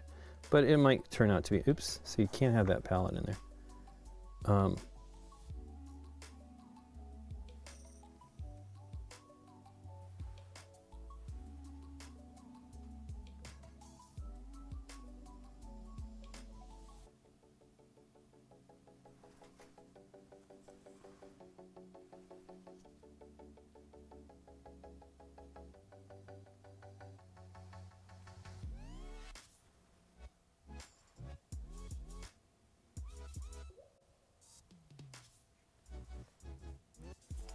Oop, pop them off of there too easily. Yeah, it's almost too light for the skin, but I will do multiple coats.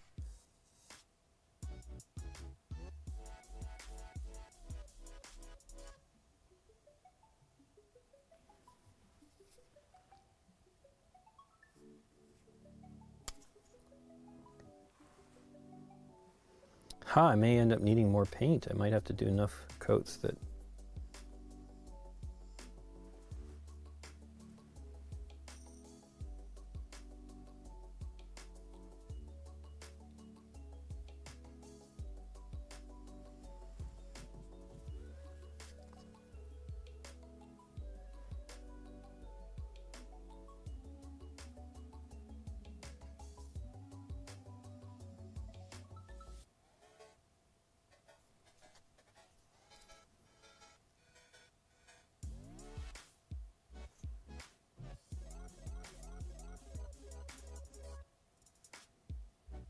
I don't know the story about Luke Cage.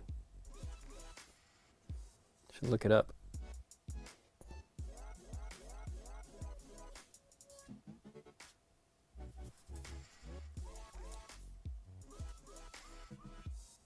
Wow. So it starts to gel, and you don't want to touch it. That's at least the speed paints, the contrast paints do this.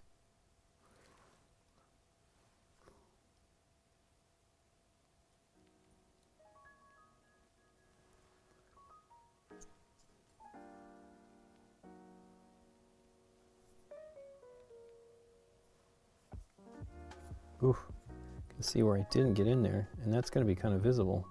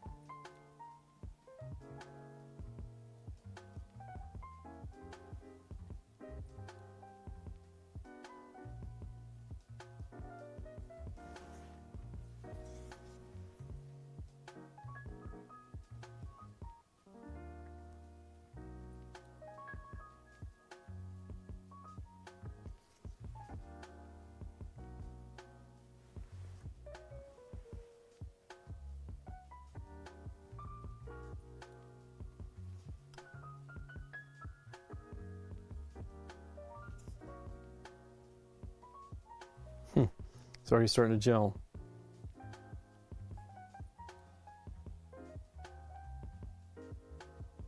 Oof. It's gelling really quick.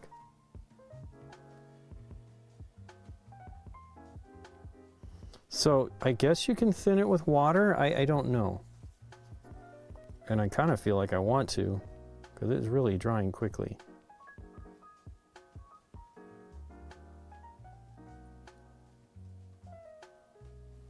Yeah, so I'm going to do a lot of stippling no matter what.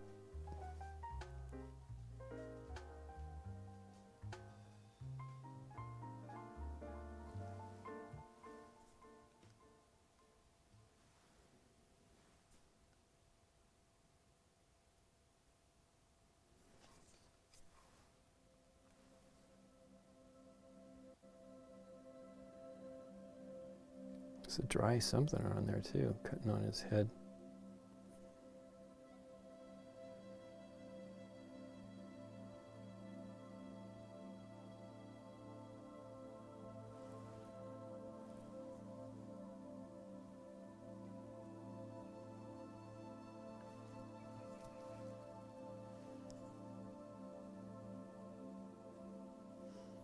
There's a method to painting this stuff that I think Lila Mev did a video on, that she was talking about, like, that somebody had mentioned it. Like, it was one of the GW painters explaining how to paint the contrast paints. I don't remember what it was, but I feel like it was like you kind of swirl it around kind of a thing. I don't know. To get better, smoother finishes? for the, like what we're having an issue here, but there's not a ton of space to work on it. So I'll put a little tiny bit here where it's, seems like it's already dry. But what I'm going to end up doing is stippling it again to just get it to be smooth. So I just hit the spots that are too light and build it up. It is a challenge. It is the one thing about speed paints. Now, you know how you fix that, really, is you airbrush that color on. It'll go on really smooth. But then you basically lose. Here's the deal. I'm painting these zenithal highlighted, so I'm not getting the speed paint aspect of these in the full respect. I mean, I am absolutely using it because they're semi-transparent, and so that it gives me that shading. But when you do speed paints or contrast paints, you put them on and you let them settle. The whole point is you let the paint do the shading for you. And it's a good, the results are really nice. I mean, here, I might as well let this dry. He's going to need a lot of work. It is really not great. But I will say it is looking like it was a good idea to put the varnish on first, because it is definitely smoother. Not really resolving the problem. The part of the problem is that the rattle can paints tend to have like little, what, I just fell on my foot. Rattle can paints sometimes get little, I mean, I've seen some amazing rattle can jobs. You can't assume that they always turn out bad, but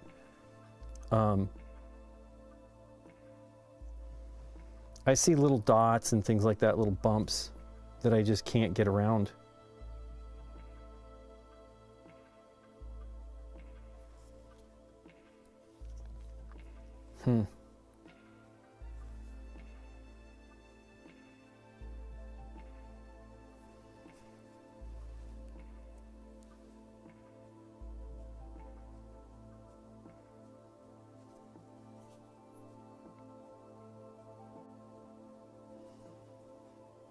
Oh, let that dry. It's definitely splotchy. Okay.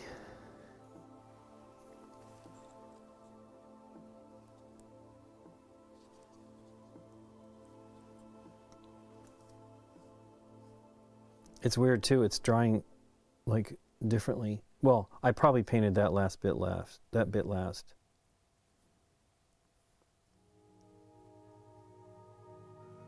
Okay. So I tend to do a little bit of edge highlighting. Luke was from Harlem. While he was in prison, he experimented on, quick release for a super soldier serum. There you go. Interesting. Thanks, good dog. Good Zero Dog.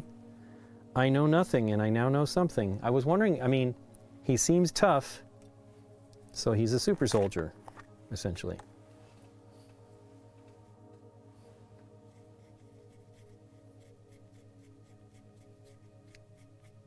So you really have to clean. One of the things about painting with the speed paints is it very quickly goes up to the ferrule. The ferrule is this metal part that holds the bristles. You have to be cautious with it because the speed paints are so fluid that they easily get up in the bristles. So you have to kind of clean it. Now, I mean, this is a fresh brush and it's already dark at the ferrule, so it's already had a good amount of paint get in there. And the reason why it's bad for the paint to build up in there is it just gets thicker and thicker and it pulls your bristles apart. And so you lose your point, and the whole deal is you really need your point. Let's see here. I'm using a regular paper towel there. I should be using my Swedish sponge. I will do that. I need to get it more visible here. I shifted stuff around, so I kind of ran out of room here. Working on things.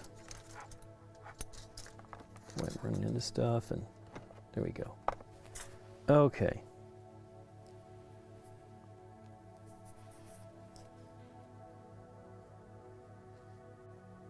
Oof, his head looks terrible.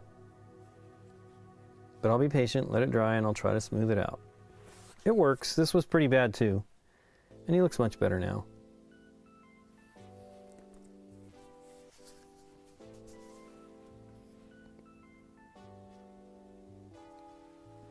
Okay, so there's a bit of blue that I missed there. There's the brush.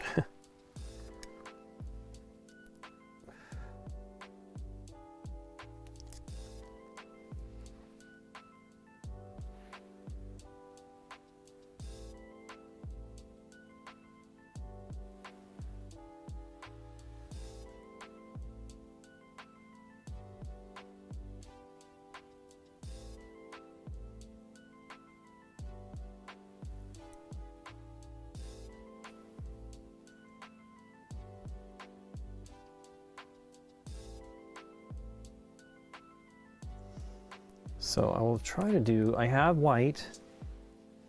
A lot of the black is the worst offender here on this wet palette. It gets in everything.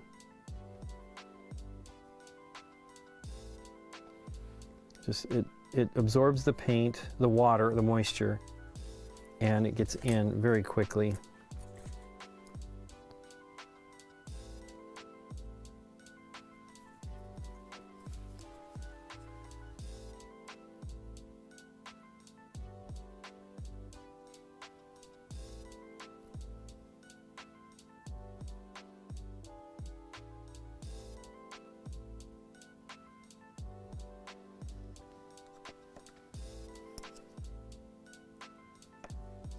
Putting a little bit more intense color on here than the other. I may put a wash of yellow over it.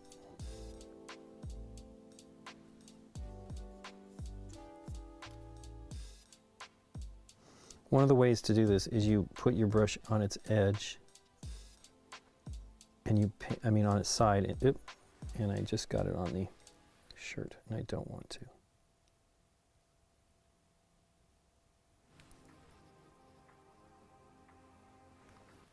I'll let that dry. So it's hard. It's hard to get your brush at the right angle for that. So often I will just do the light. It is definitely, like, I somehow messed that up.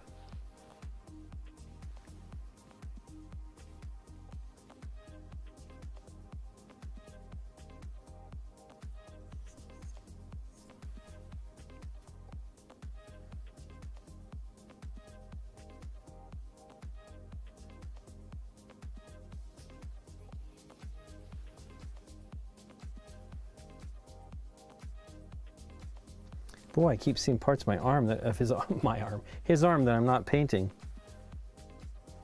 And it's kind of visible, so. It's one thing that would be great about, like, being able to, if you were to, you could, do this in sub-assemblies where you break it down based on its,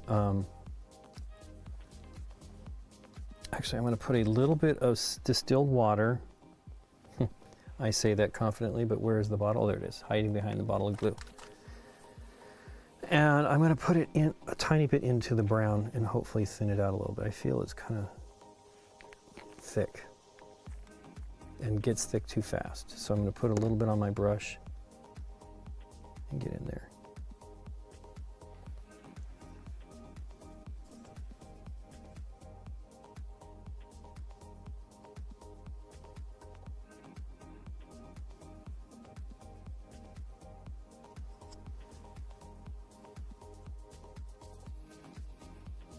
Is definitely going on better with having a little bit of water. I probably should have thinned it out. I don't really like to, I used to temporarily, or a little while, not temporarily, but for a little while I actually put it on the wet palette. And I stopped because I didn't like the consistency, but I probably was absorbing too much water. Wow, that looks way better. Well, let's do another before I get carried away. Let that head dry.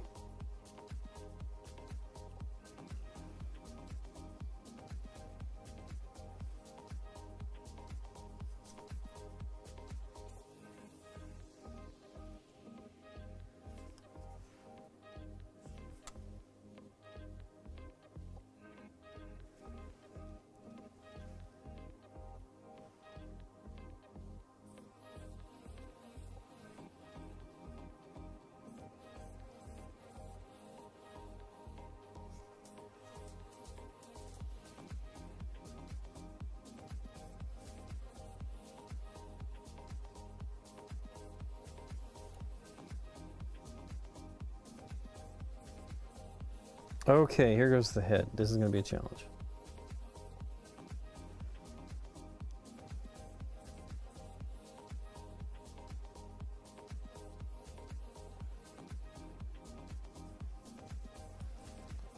One of the things is your brush should have moisture in it, and I might not have had enough moisture in my brush for the speed paints. Because it has to, you know, it doesn't flow well if you don't.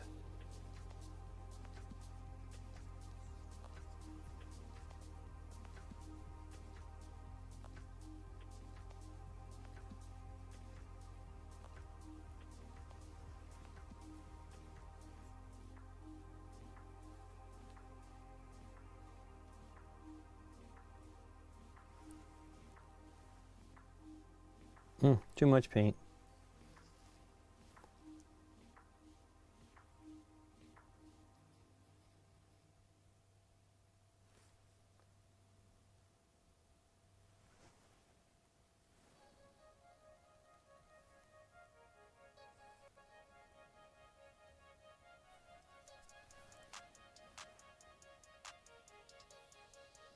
Yeah, it needs more moisture in it. It is definitely just too, it was too thick right off the bat.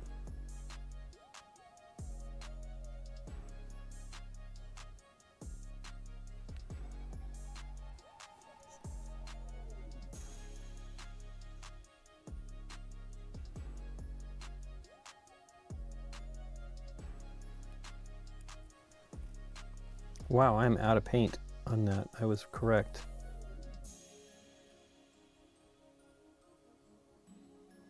So now you can kind of see the seam.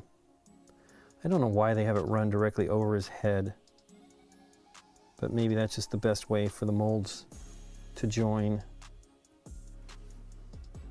He looks better. It's not dry, so we'll see how it goes once it's dry. There's a little bit of pooling here I would like to try to avoid.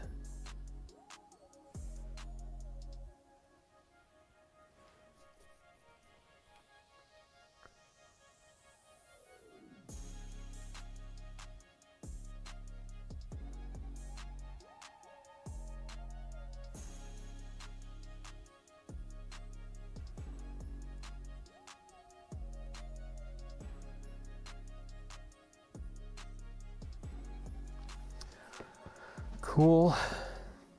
Let that dry. Be patient. Impenetrable skin. Does Captain America have impenetrable skin? I mean, I think I've seen blood on him. Well, don't judge movies. That's really all I've seen. I have not read, I was more of a DC person, and even then I wasn't that much. I read a lot of the Frank Miller, well, not a lot, a good chunk of Frank Miller stuff, and The Watchmen and stuff like that. And I mean, I like that stuff, but comics were never really my bag.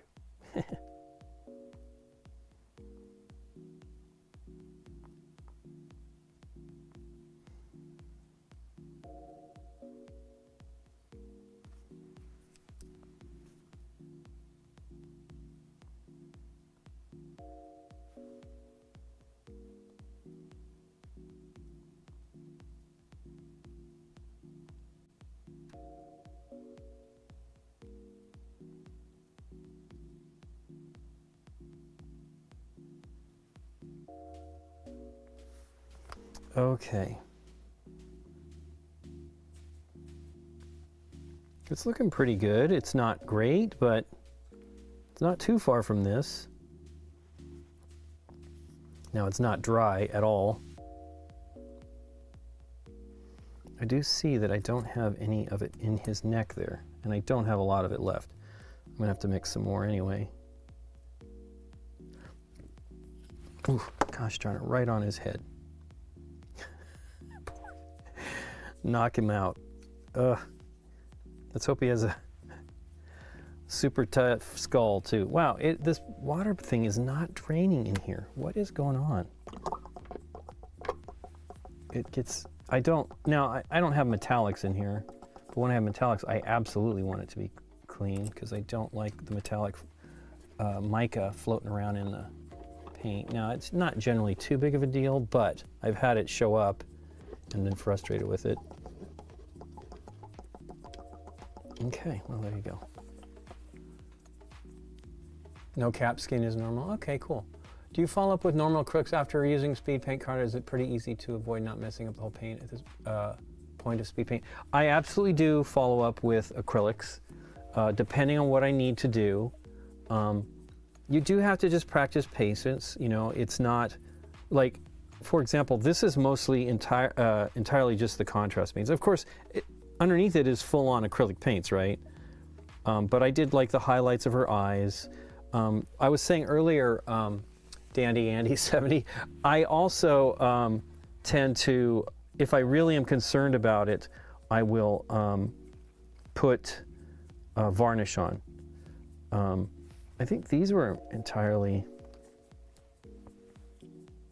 I mean, there's not any acrylic on that, but we'll probably do some. I did on Daredevil, I put like some orange on the knees and on the piping, you know, the seams or whatever his outfit, so it his suit, so it works and it helps.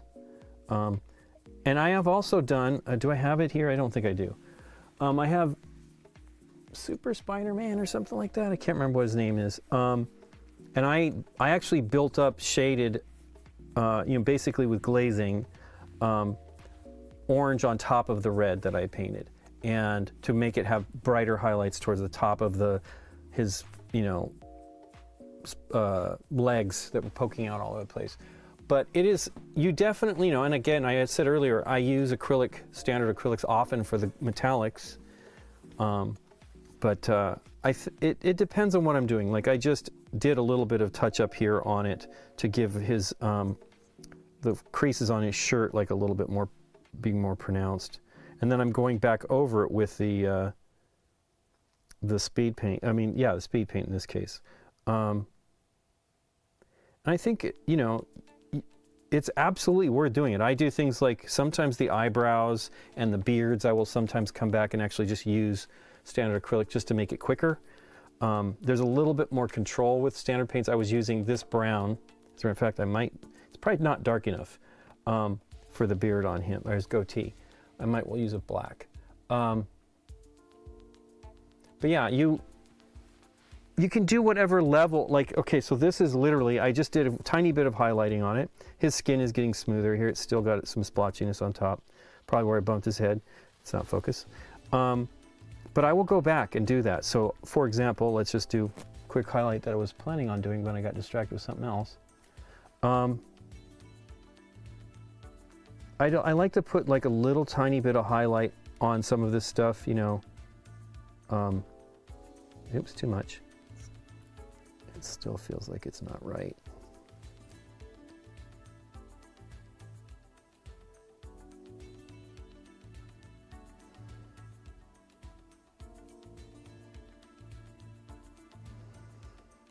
But I like to break it up a little bit with some of this stuff where it might, I was doing some on like the belt loops on the previous one. Well, you can see right here. I don't know if this is the best one, but you can see I did standard. Now I will obviously do the eyes with the white and maybe the brown for the irises. The beard is not very strong on this. I might have used just the full-on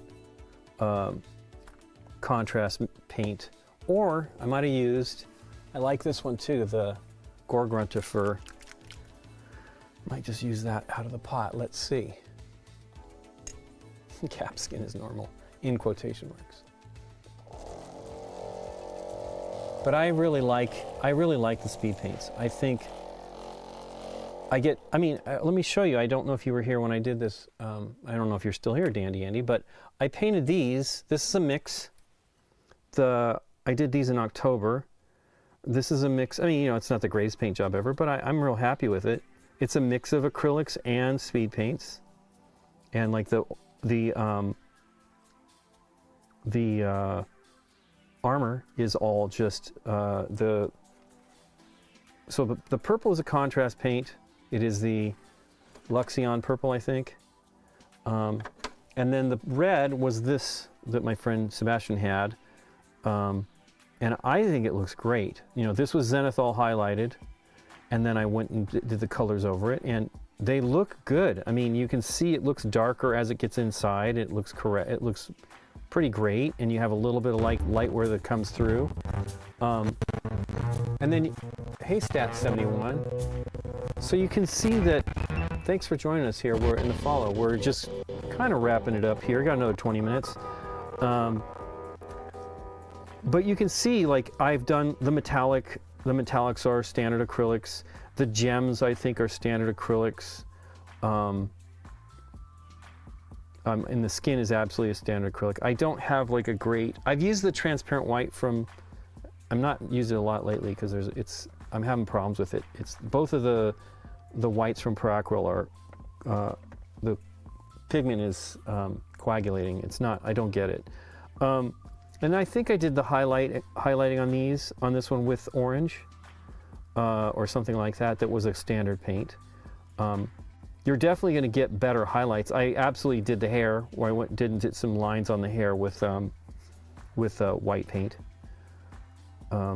So it's a good mix, and I did white paint on these tusks or whatever the heck is on his outfit here.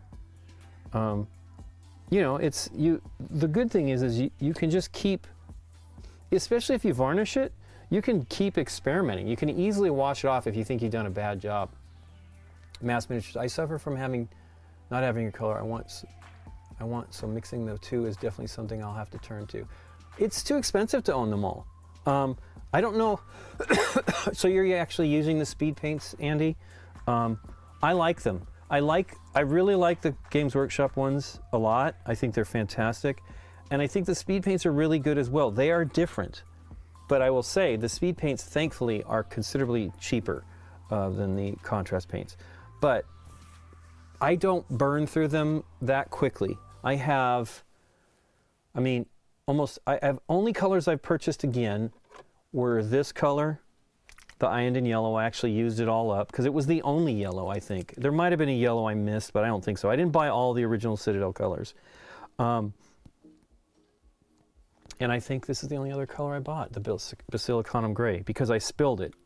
So I spilled one. The spilled bottle is here. I use it as like a shade instead of as a contrast paint because I already mixed this, but normally you would see this at the bottom all over here. And I mix it up, so I've been using it today, and those pigments are suspended. But this has none of that pigment left. I don't understand why. I don't know what happened. When I spilled it somehow, maybe it was all suspended and there was nothing below that. I don't know, but I lost it. But yeah, I have not bought any other colors yet.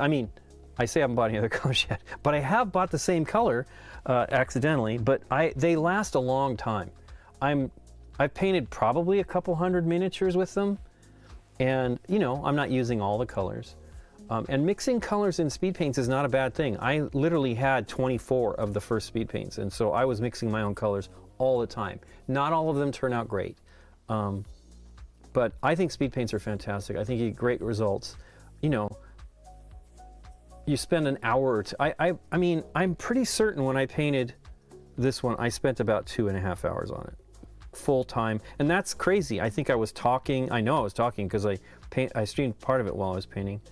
And he looks great. It's gonna look great on the table. It's not, you know, and these are just pawns, right? You don't even really, I love the minis, but you really don't need them. But of course you do. Wow, he looks pretty good. I do not have enough flesh tones, so I'm going to, it looks like he's got a comb over going on here, so I need to fix that. And you can see where I did those edge highlights a little bit. Putting the wash over it has brought them down, but they're still there. It looks cool. It doesn't need a lot because it's already kind of there. I will probably paint a little bit more of the stuff around the belt loops and stuff. I like to, the reason why I'm doing it in this case is it breaks it up. The color is so similar between the black and the blue. But yeah, looks great. So it is different. the skin is darker on this one, so maybe I mean, it'll probably be darker when I'm done doing another coat, but I'm gonna do a little bit more. That's probably what I'll do for the end of the stream here. I got the gore grunter that I want to put on his face. I had the squeeze top in the past couple weeks and it went everywhere, but oh hey, so Andy, that was the same issue I had. I was talking about it earlier. So basically my new methodology is you should never have to squeeze these bottles. As a matter of fact, I will show you this. I just showed it a little bit ago. This is like, it's too loose. It comes off too easy. I have not spilled the paints, but I spilled this, like 50% of the bottle sprayed out into my, so I was using this, I really like this for speed paints and contrast paints, these fidget poppers. I was squirting it into like, I think this blue, and it just shot all the way into here, and I lost half the bottle. I was able to, you know, use a pipette and pull it in and put some of it back in, but it wasn't enough to worry about. But I use this, so I have this tool now. Where is it? Somebody on the stream recommended I do it. Now, just having a paper clip would be helpful. Where the heck is it? It's green. Why am I not seeing it? Oh, it's right. No, that's not it. Boy, I have too many brushes on the desktop. That is for certain. What did I do? I cleaned it. I feel like I put it away, but I didn't. Or maybe I put it in the wrong place. So I have a piece of wire paper clip in it. I drilled a hole in the end of the handle and then glued it in there with super glue. Goodness gracious, what have I done with it? Did I drop it? I don't think so. Wow. It's so crazy how easy. I was looking for something the other day and it was sitting there in front of me, but it was hidden between the other brushes. Anyway, I have a paintbrush handle that I just pushed, I drilled a hole, put the paper clip in there, and there it is, underneath one of the tongue depressor thingies I have out here. And I just poke it in. And you do it every time. You do not take a chance. Because the thing is that you should be doing no pressure. One of the things that can happen is the agitator balls can get stuck in the neck of the bottle, so you have to be cautious with that. So you should never be pushing. It should just be the slightest of pressure to get it to come out of the bottle. So I'm going to do a little bit of time. I'm going to do the, actually I'm not using Gore Grunter first. So I'm using Gore Grunter first, so I don't want to use that. But I poke it every time. So that's my new habit. I just poke this in there, make sure that it's not clogged at all, and then I push it through. You should absolutely do it. It's fantastic. I just used a pin vise, this one right here. I actually did it with this that day. I pin viced it through, super glued it in there, and it's great. It means I'm not, so I have wire paper clips all over the place, but I kept losing them. Like, I was looking for one of these, I found it again, I think it was on the floor. So I just have this now, and now I'll just make sure it's always available, and of course I just lost it. But let me put it back where it's supposed to be, so I will find it there. You really need to do it. It's crazy. Shouldn't be losing any of this paint because of that. It's a downer because it ultimately means not all the pots. Oh, you know what I was doing is flesh. I'm going to do that. That is the speed paints. It is frustrating. Like, it's, you know, each container has its issues, and the Citadel paint pots, I've spilled way more than I've spilled the speed paints. Now, I don't have a ton of the speed paints, and I haven't used them for that long, but I've spilled these pots. So I have this piece of equipment from GW. I have 3D printed some too. These work as well. You put it in there and it does a pretty good job of not knocking, oh, you can't see that. It does a pretty good job of not knocking down. This was just some 3D printed piece I found on, I think, Thingiverse. For whatever reason, the filament didn't do a very good job there. But you still have to be careful because see how these lids are, right? They're like way out. So it's risky on every one of these things. You just have to be patient and cautious and don't trust that you won't knock them down. That was the reason why I had to buy this color again, because I actually knocked it down one time when we were painting on a stream. With friends, our friends in Germany, they have I don't know if they do it anymore. They get together. At the time, they were getting together at their place. I mean, why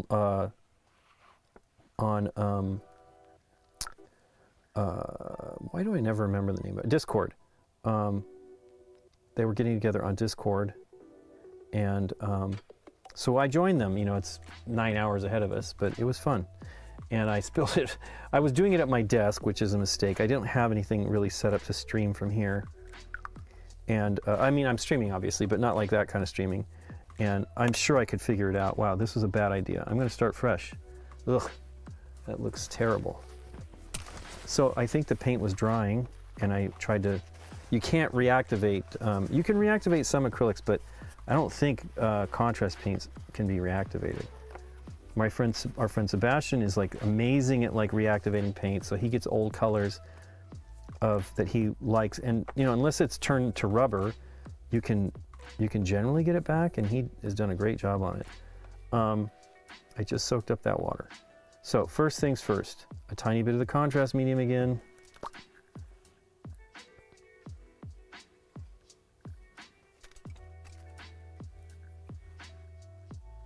Yeah, don't. It's so frustrating. You should not be.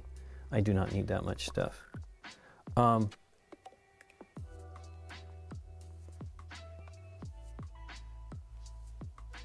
spilling them is just no fun. And just a mess. I mean, I made a mess. As I was saying, I think I was out here and I shook it and spilled it because this wasn't sealed enough. That's the other thing. Definitely seal them as soon as you're done. This is open here because I'm still getting paint out, but ugh, boy, I'm having a hard time here. That's too much. It is hard to know the amount. You know, it's not the same. They don't thin. You know when your paints are going to brush on well because they're thin enough to how that reacts with the side of the container and everything when you're mixing it. But with contrast paints, you really just got to know the shade. And again, I don't want it too dark because I'm actually building it up, and I don't want it to be any really much darker necessarily than the previous two that I've painted. Okay, let's go back to the two. So, Andy, the one thing you can do, you don't have to screw it in. You don't have to drill it in like I did. The guy had said he just taped it to the brush handle. I thought this was just better for me because I would see it more clearly, but maybe a big piece of tape would be visible too, and that would be probably pretty quick.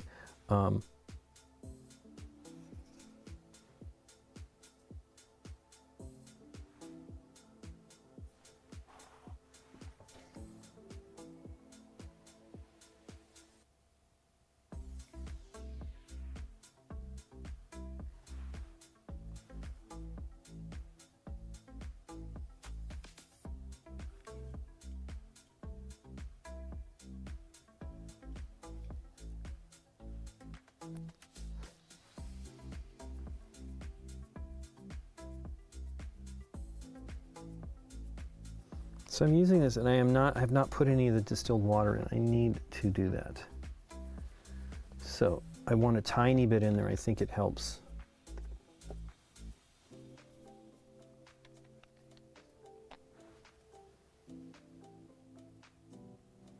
I never apply it directly to the paint. I just have a little pool of it, either on the wet palette or in the fidget popper palette here, to thin it out, because I want it to go on more smoothly. The first coat was too gloppy, and maybe my Gilman Fleshes, I mean, I've had this bottle for 5.5 years, because I think I got it at Gen Con time in 2019. I was trying to get Scott into it, and so I bought a bunch of it when we were visiting in Dallas, and he ended up doing with me in 2021. We painted together on streams. He got a bunch of his painted. He actually has some done that I still haven't finished. I don't have Nebula painted. Actually, I painted his Nebula, but there's others that he has painted that I have not.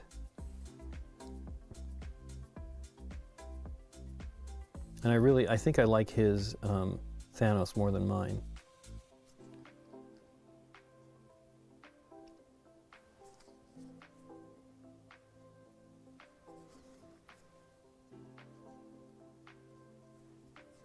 I bought it. I saw a video from Lila Mev. They had a pre-order. I think it's available now, but I bought these 2 bottles of this stuff. So this is supposedly a medium that will turn acrylic paints into a sort of like a contrast paint.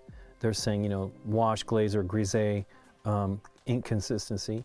And Lila was doing her colors with it. The nice thing is you can use it as a wash on your existing paint with the exact same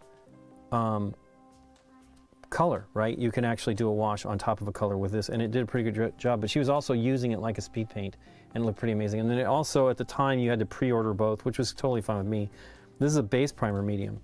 It seems pretty thick. I'm eager to see how it works. I have 0 cuttlefish paints. I was going to hope to pick some up when we were at in Indianapolis, and I did not see any.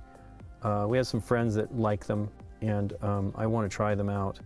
But I don't, you know, Lila Mev was using whatever the heck paint she wanted, right? She wasn't specifically using cuttlefish colors. So it's pretty exciting. I'm really eager to check it out. I just got it in, I think, last week or so, but I haven't had any need to because I'm not painting any acrylics. But I will. Now, that's, I think, 4 ounces. It's going to last a long time, for me anyway. His head looks better. It's already kind of drying again. Let me see if I can do a little bit of stippling to like even it out. But I'll tell you, just that other coat kind of did it.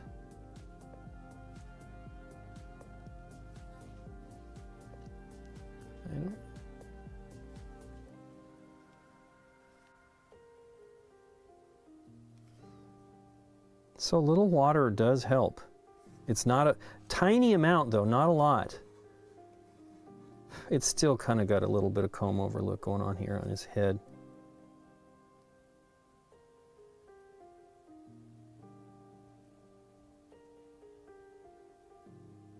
Cool. It looks good.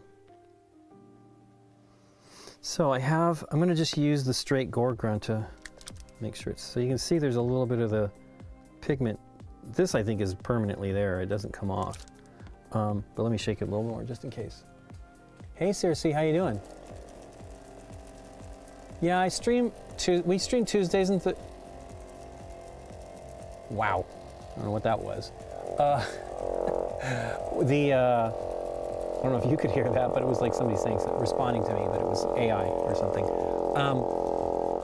We stream Tuesdays and Thursdays. Tuesdays are always at 10:30 in the morning. It just varies between week. So next week it'll be a game night stream. And then the Thursday stream next week will be a paint night stream. This week it's a Tuesday's a paint night stream and Thursday's a game night stream. So it's basically the Thursday and then the following Tuesday will be the same thing. It'll be either date night or paint night. And then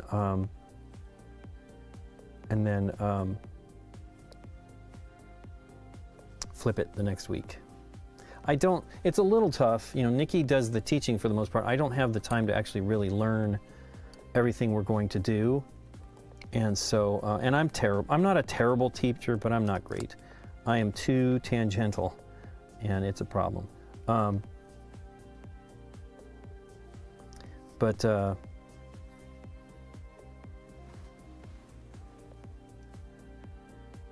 It's fun. I like that we started doing this actually before the pandemic. So Dave, Deborah, and Nikki and I did, I think, 4 streams for a kind of an escape room kind of game, a puzzle game called the Wilson Wolf Affair. And we all had a great time. And the goal, now this is before Deborah had her son, but the goal was to try to do it every 2 weeks, and we did. It worked out for me because I had done a lot of traveling in 2020. This was early 2020, started in January. And of course, then the pandemic happened. And so we just picked up streaming. Now, it's hard.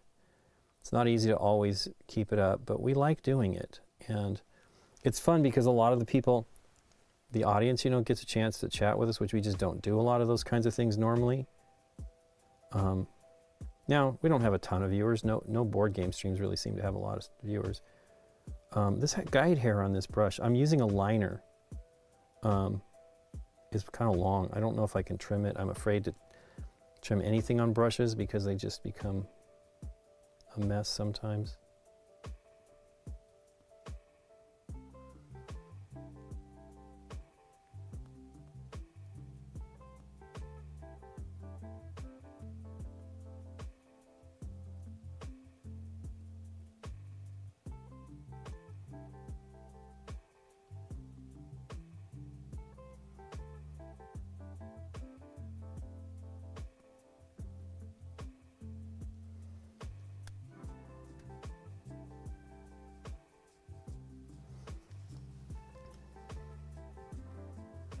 Yeah, you're not really going to see that too much. Maybe it needs a little black.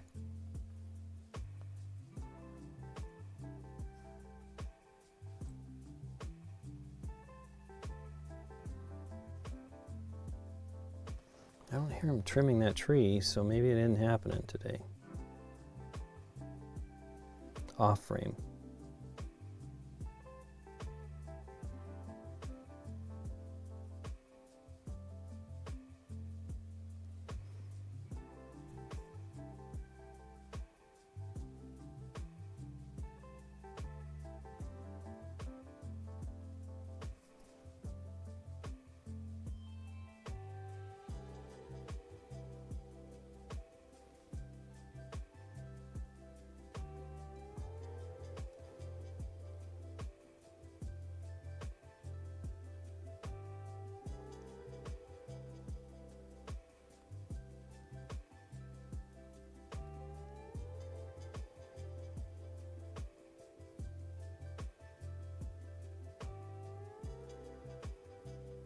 That looks pretty good.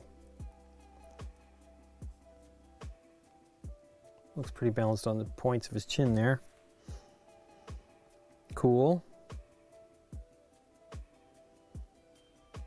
Let me get some of the skin tone underneath there. It's not, maybe this liner will let me reach in there a little better. Oof, that's too much paint.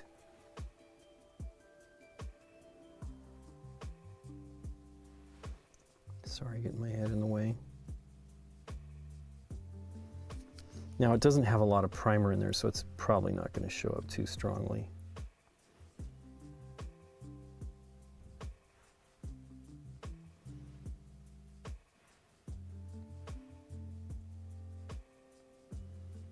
It was announced that Deborah's show will be, hey, how you doing, Jack Dempsey? It was announced that Deborah's show, the Deadpool,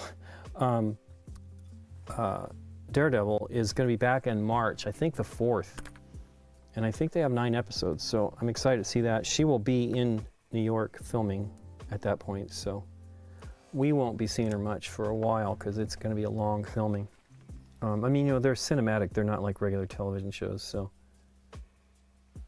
we probably, and you know, when she will come home a little bit, she'll have time. She'll be probably hanging out with her family, so.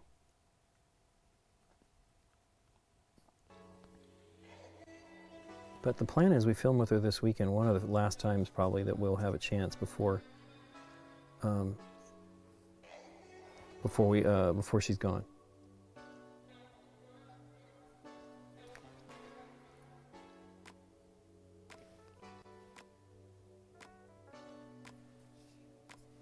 Wow, I'll tell you, the liner seems like it's a pretty good job for the teeth. Now, I'm using paint that has got the black in it. Black is the worst. It needs to be further, the paint just whatever, every time it seems to gather, absorb the water from the wet palette and spread, so.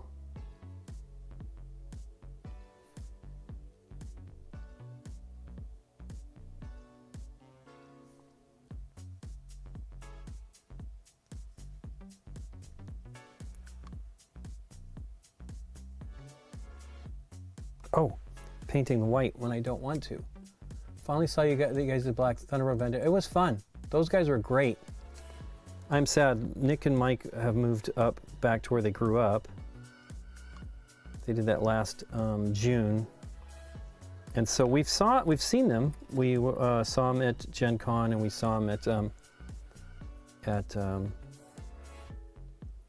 BGG Con in November, but they haven't been able to come down yet again, and I'm hoping they will. But you know, busy, and Mike is, as a matter of fact, I don't know that I need to actually, I should paint the black. It'll probably help his eye pop out a little bit. Now I have a ton of black over here, so let's see if I can just use what I have. But yeah, Mike's got the kid and they're very busy with that, and they're working a lot of stuff on there. They have a nice studio. I want to go up and visit them up in Northern California.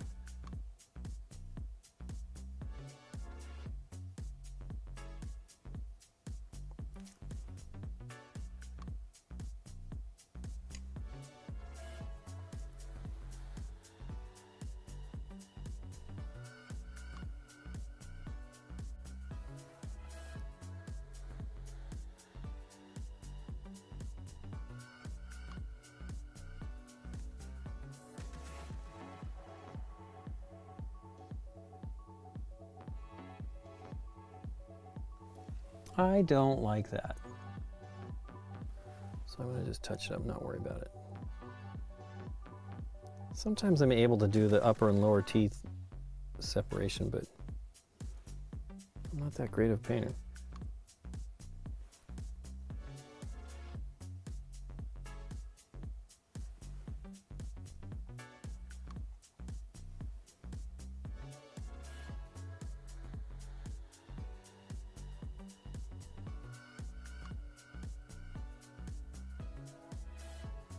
That looks pretty good. Okay, now a little bit of white of his eyes. This is a downer. The mess is so bad here. The black is everywhere. And everything's wetter than what's put on the palette. And I don't have that much water in the sponge because I won't be using it that much today.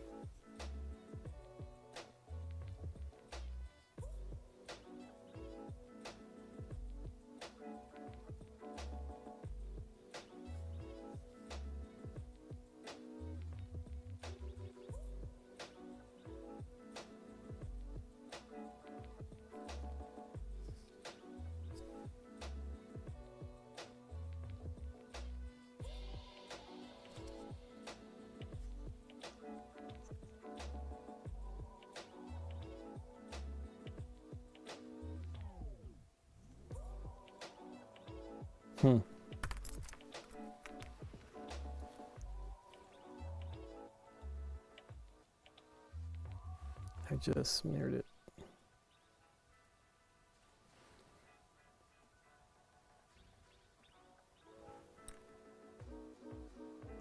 So I was just using a toothpick to clean it up there. A little bit more skin while I'm waiting here.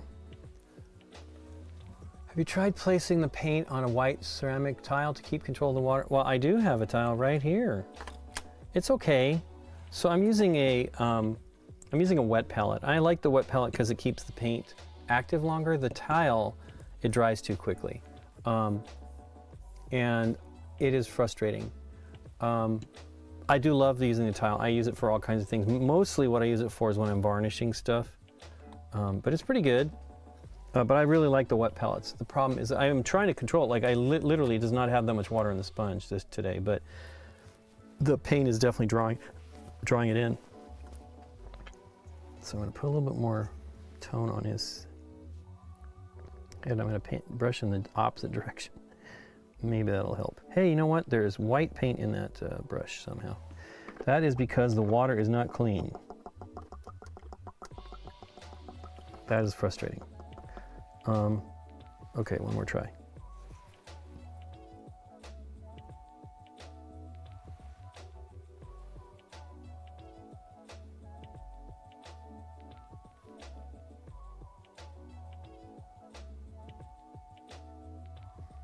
Gosh, it's already kind of gelling so quickly.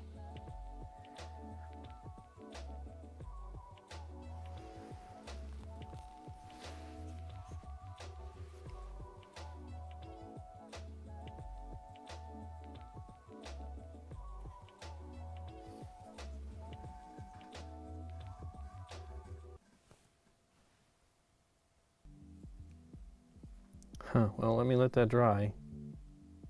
Seems a little lumpy. I do not want that, but it happens.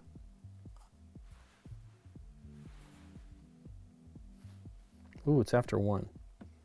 I need to wrap things up. Gosh, I got everything mixed. Let me just see if I can get this going here.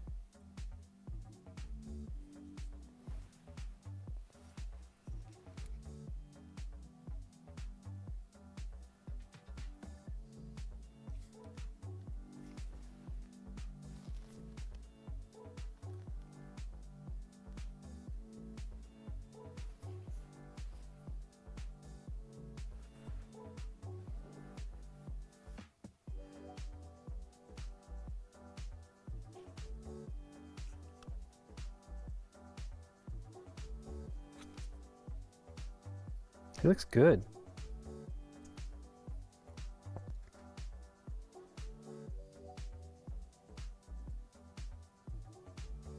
And his head is relatively smooth. It looks nice. I did not have the problem I was worried about with the contrast paints. With the excuse me, not contrast paints. With the rattle can. Looks good. Okay, well, cool. Let me see if I can use the liner to do a couple things. What was I waiting for? Oof, I did not clean that brush. Dries fast. So this is a liner brush. It's very tiny, 18-0. I've had this one forever. I don't even know if I have any more. I wish I did. I probably paid, I think I might have got this at Michael's for a pretty inexpensive price. And I really like the brush, but it's been a long time.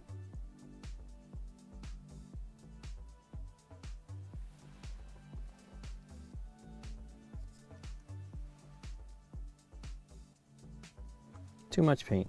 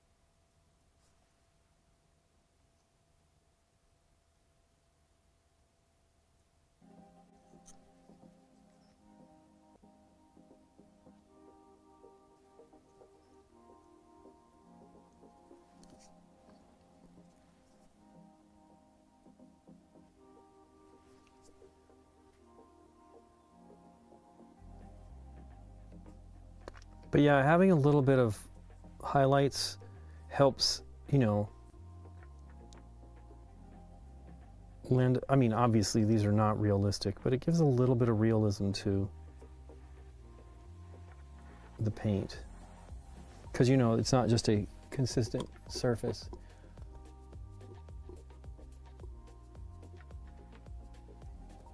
So this one, I mean, I showed this. This is cuttlefish. It looks like it's got like something going on. I don't know if I have anything that's, I'm trying to think what else I might have. I don't have a ton of different stuff, and I have no, this is the only cuttlefish stuff I actually have. And it's from Creature Caster. I don't know what the story is on that. Maybe they invested them or something like that, but they are now the distributor for them. Cuttlefish was something that was kickstarted, and I think it did pretty darn well, but I had never heard of it. I've not backed any paints on Kickstarter, and I would like to. I mean, I really like the Duncan Rhodes stuff, but, well, I like what I see of the Duncan Rhodes stuff. I have not bought any yet. There's one store in our area that carries it. It's not,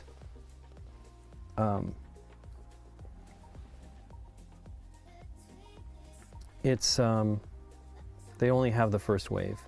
And I believe that that's distributed by Asmodeus, so I was disappointed I didn't find it more. You know, like, hey, why is this not more widely available? So what I'm doing is I'm going back and putting a little bit of tiny blue on top of the white that I did as the highlight, because, you know, this is just pants, denim, probably pant loops, so I don't want it to be too bright. It's not like it's metallic or anything, but I want the sun to like affect that. Wow. Not only did I completely wipe out my highlight, I then got it on the shirt. And I often come back and forth on it, you know, a little bit of each direction. So let's do his eyes. Let me look at these and see what I did on here. They look like what I'm thinking I will do. I'm going to use the brown, which I do not love, but it's pretty good. I mean, the paint is great. The color's okay. Add a drop of glaze medium, absolutely. I do have, well, I mean, I have lots of stuff, but this is a pretty great one. The Pro Acro Glaze and Wash Medium is good. I bought this in Dallas, yeah, from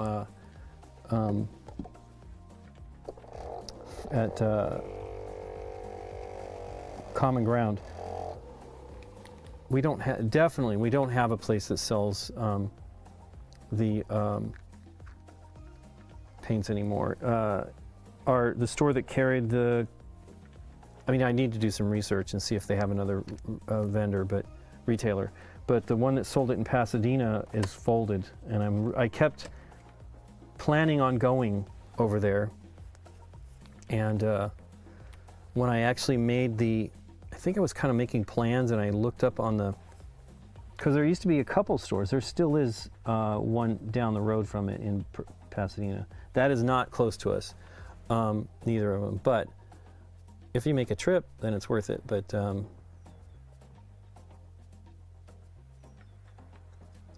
I realized they were closed, and I was pretty sad because they were a nice store.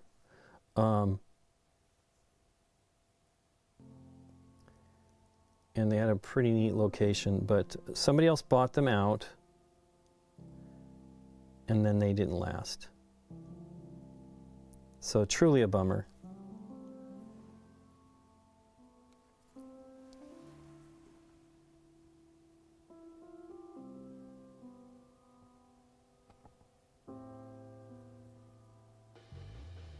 Now this is a liner, and I kind of probably need a spotter, and I probably do have a spotter brush. I'm gonna let that dry. Well, let me see if I can do it. I should not put the paint directly on there, unless I know. So basically you just put a little dot for like a reflection. I'm not doing his pupil, just his iris. But that little dot of white does a lot to show his eyes. Now he looks a little bit cross-eyed, but hey, what am I gonna do? Yeah, I have Pro Acro stuff. I like their stuff a lot. I just can't, I mean, I did buy, I did pay for the, it was not cheap. I think it was $160, which was a very good deal because it's $200 list. I did buy the whole, not the whole, the mega set of the, I don't really like buying sets of paints, but I bought the mega set of the War Paints Fanatic, and the paints are very nice so far. I've not used them all. I just don't love the mix. It's got a tremendous amount of blues and greens, and you know, and it's sort of purple, a few purple and pinks and red, like 1 or 2 reds. It's not a lot, and 2 yellows, but all these blues, and I just don't understand it. Obviously, that's what people use, but I don't that much. I'm not against blues and greens. I like them, but it's just frustrating. And so they, let me cut. I don't know that this is going to work. Let me try it. Just see. Something's not working. Oh, you know what? One of them did update. I'll cut it with this, so. I like the set, but I don't believe in necessarily buying full sets. It is nice that Army Painter actually does full sets. They don't, I guess they're done. They had a initial run of like $800 or $750 for the War Paints Fanatic, where you could get it all. You can get all 212 of them or something like that, which is a lot. Was a great price still for the bottles. I don't think that comes out to $4 a bottle. Let me just do a quick calc. And I was contemplating it, but ultimately I realized I just don't have the space. So this one I bought was regularly $200. I got it for like $160 or something like that on Amazon, and they give you a stand, which is okay. It's not the greatest stand. I like the ones I buy from Mischief Maker on Etsy. His are great. Yeah,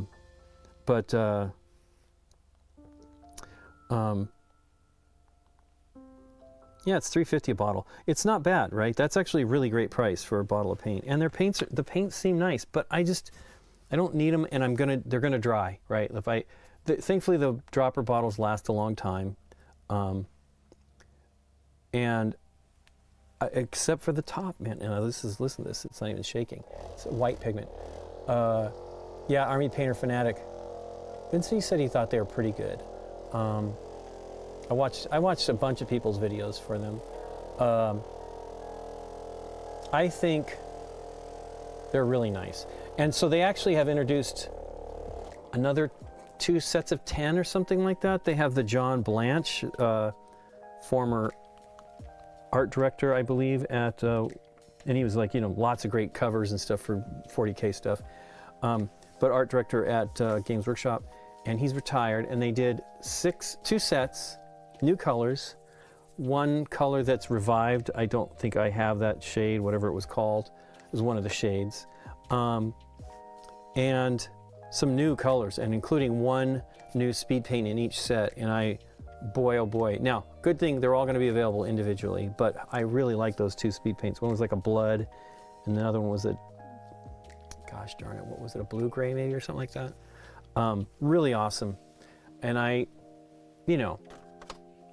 it's weird. It's funny about it's nice to have a lot of colors, but I also really like to mix, and I don't worry about it too much. Now, if you're painting a whole bunch of the same type of units and you want the colors to be basically the same, then it's probably best to not mix. And that's probably why they have so many blues and greens.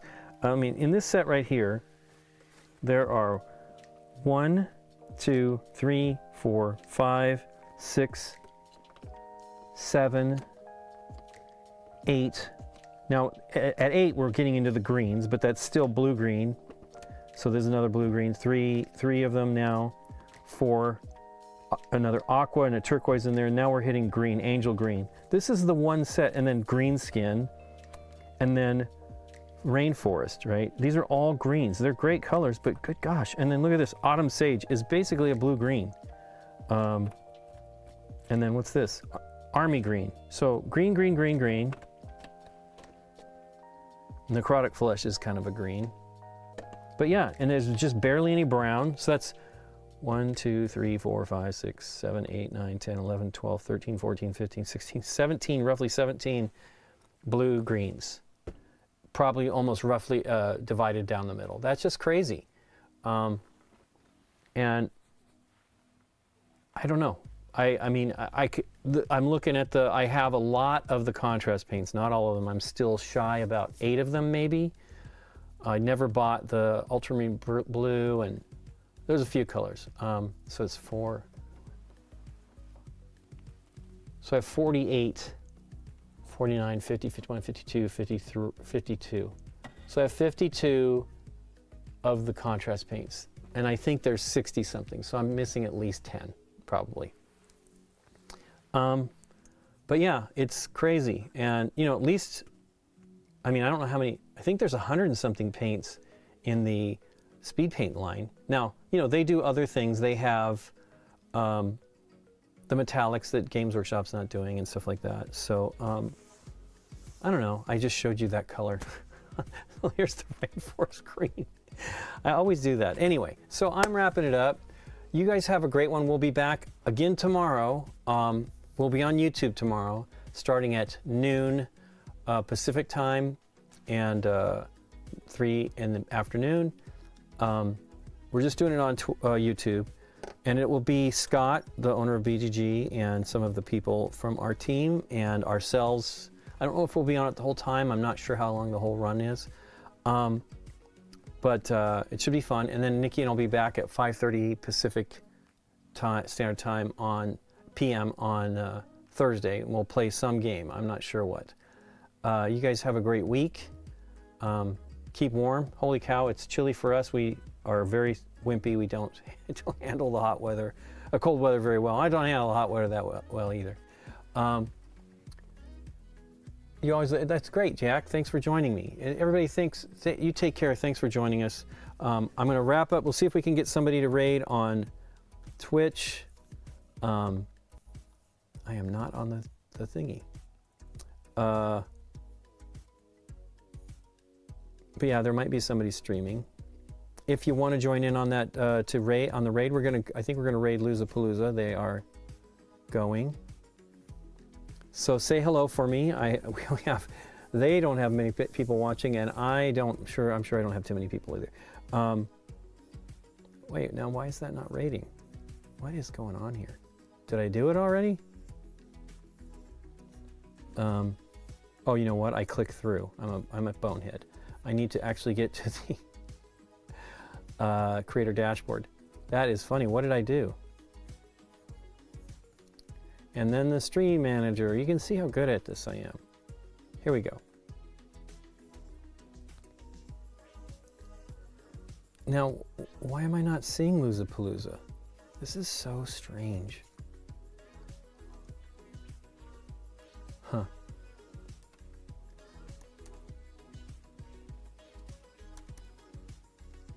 Okay. Say hello for me if you decide to join in on that raid. We're gonna, once again, it is not doing it. There's something wrong here. Oh, that's stream preview. I get it. I get it. Let's check. Oh wow, Losapalooza not there. Once again, I'm not doing this right. Let me try it one more time. Search and filter. Losa.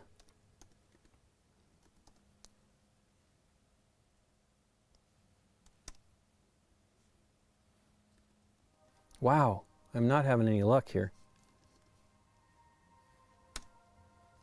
Okay, let me see if it'll let me do it. It's funny, it says stream preview. Oh, it's stream preview, but it doesn't allow me to raid. I wonder if there's some block on our part. I mean, 58 months we've subscribed to his channel. He's doing Deep Sea Endeavor, which is a great game. Endeavor Deep Sea, excuse me. Let me see if I can find it.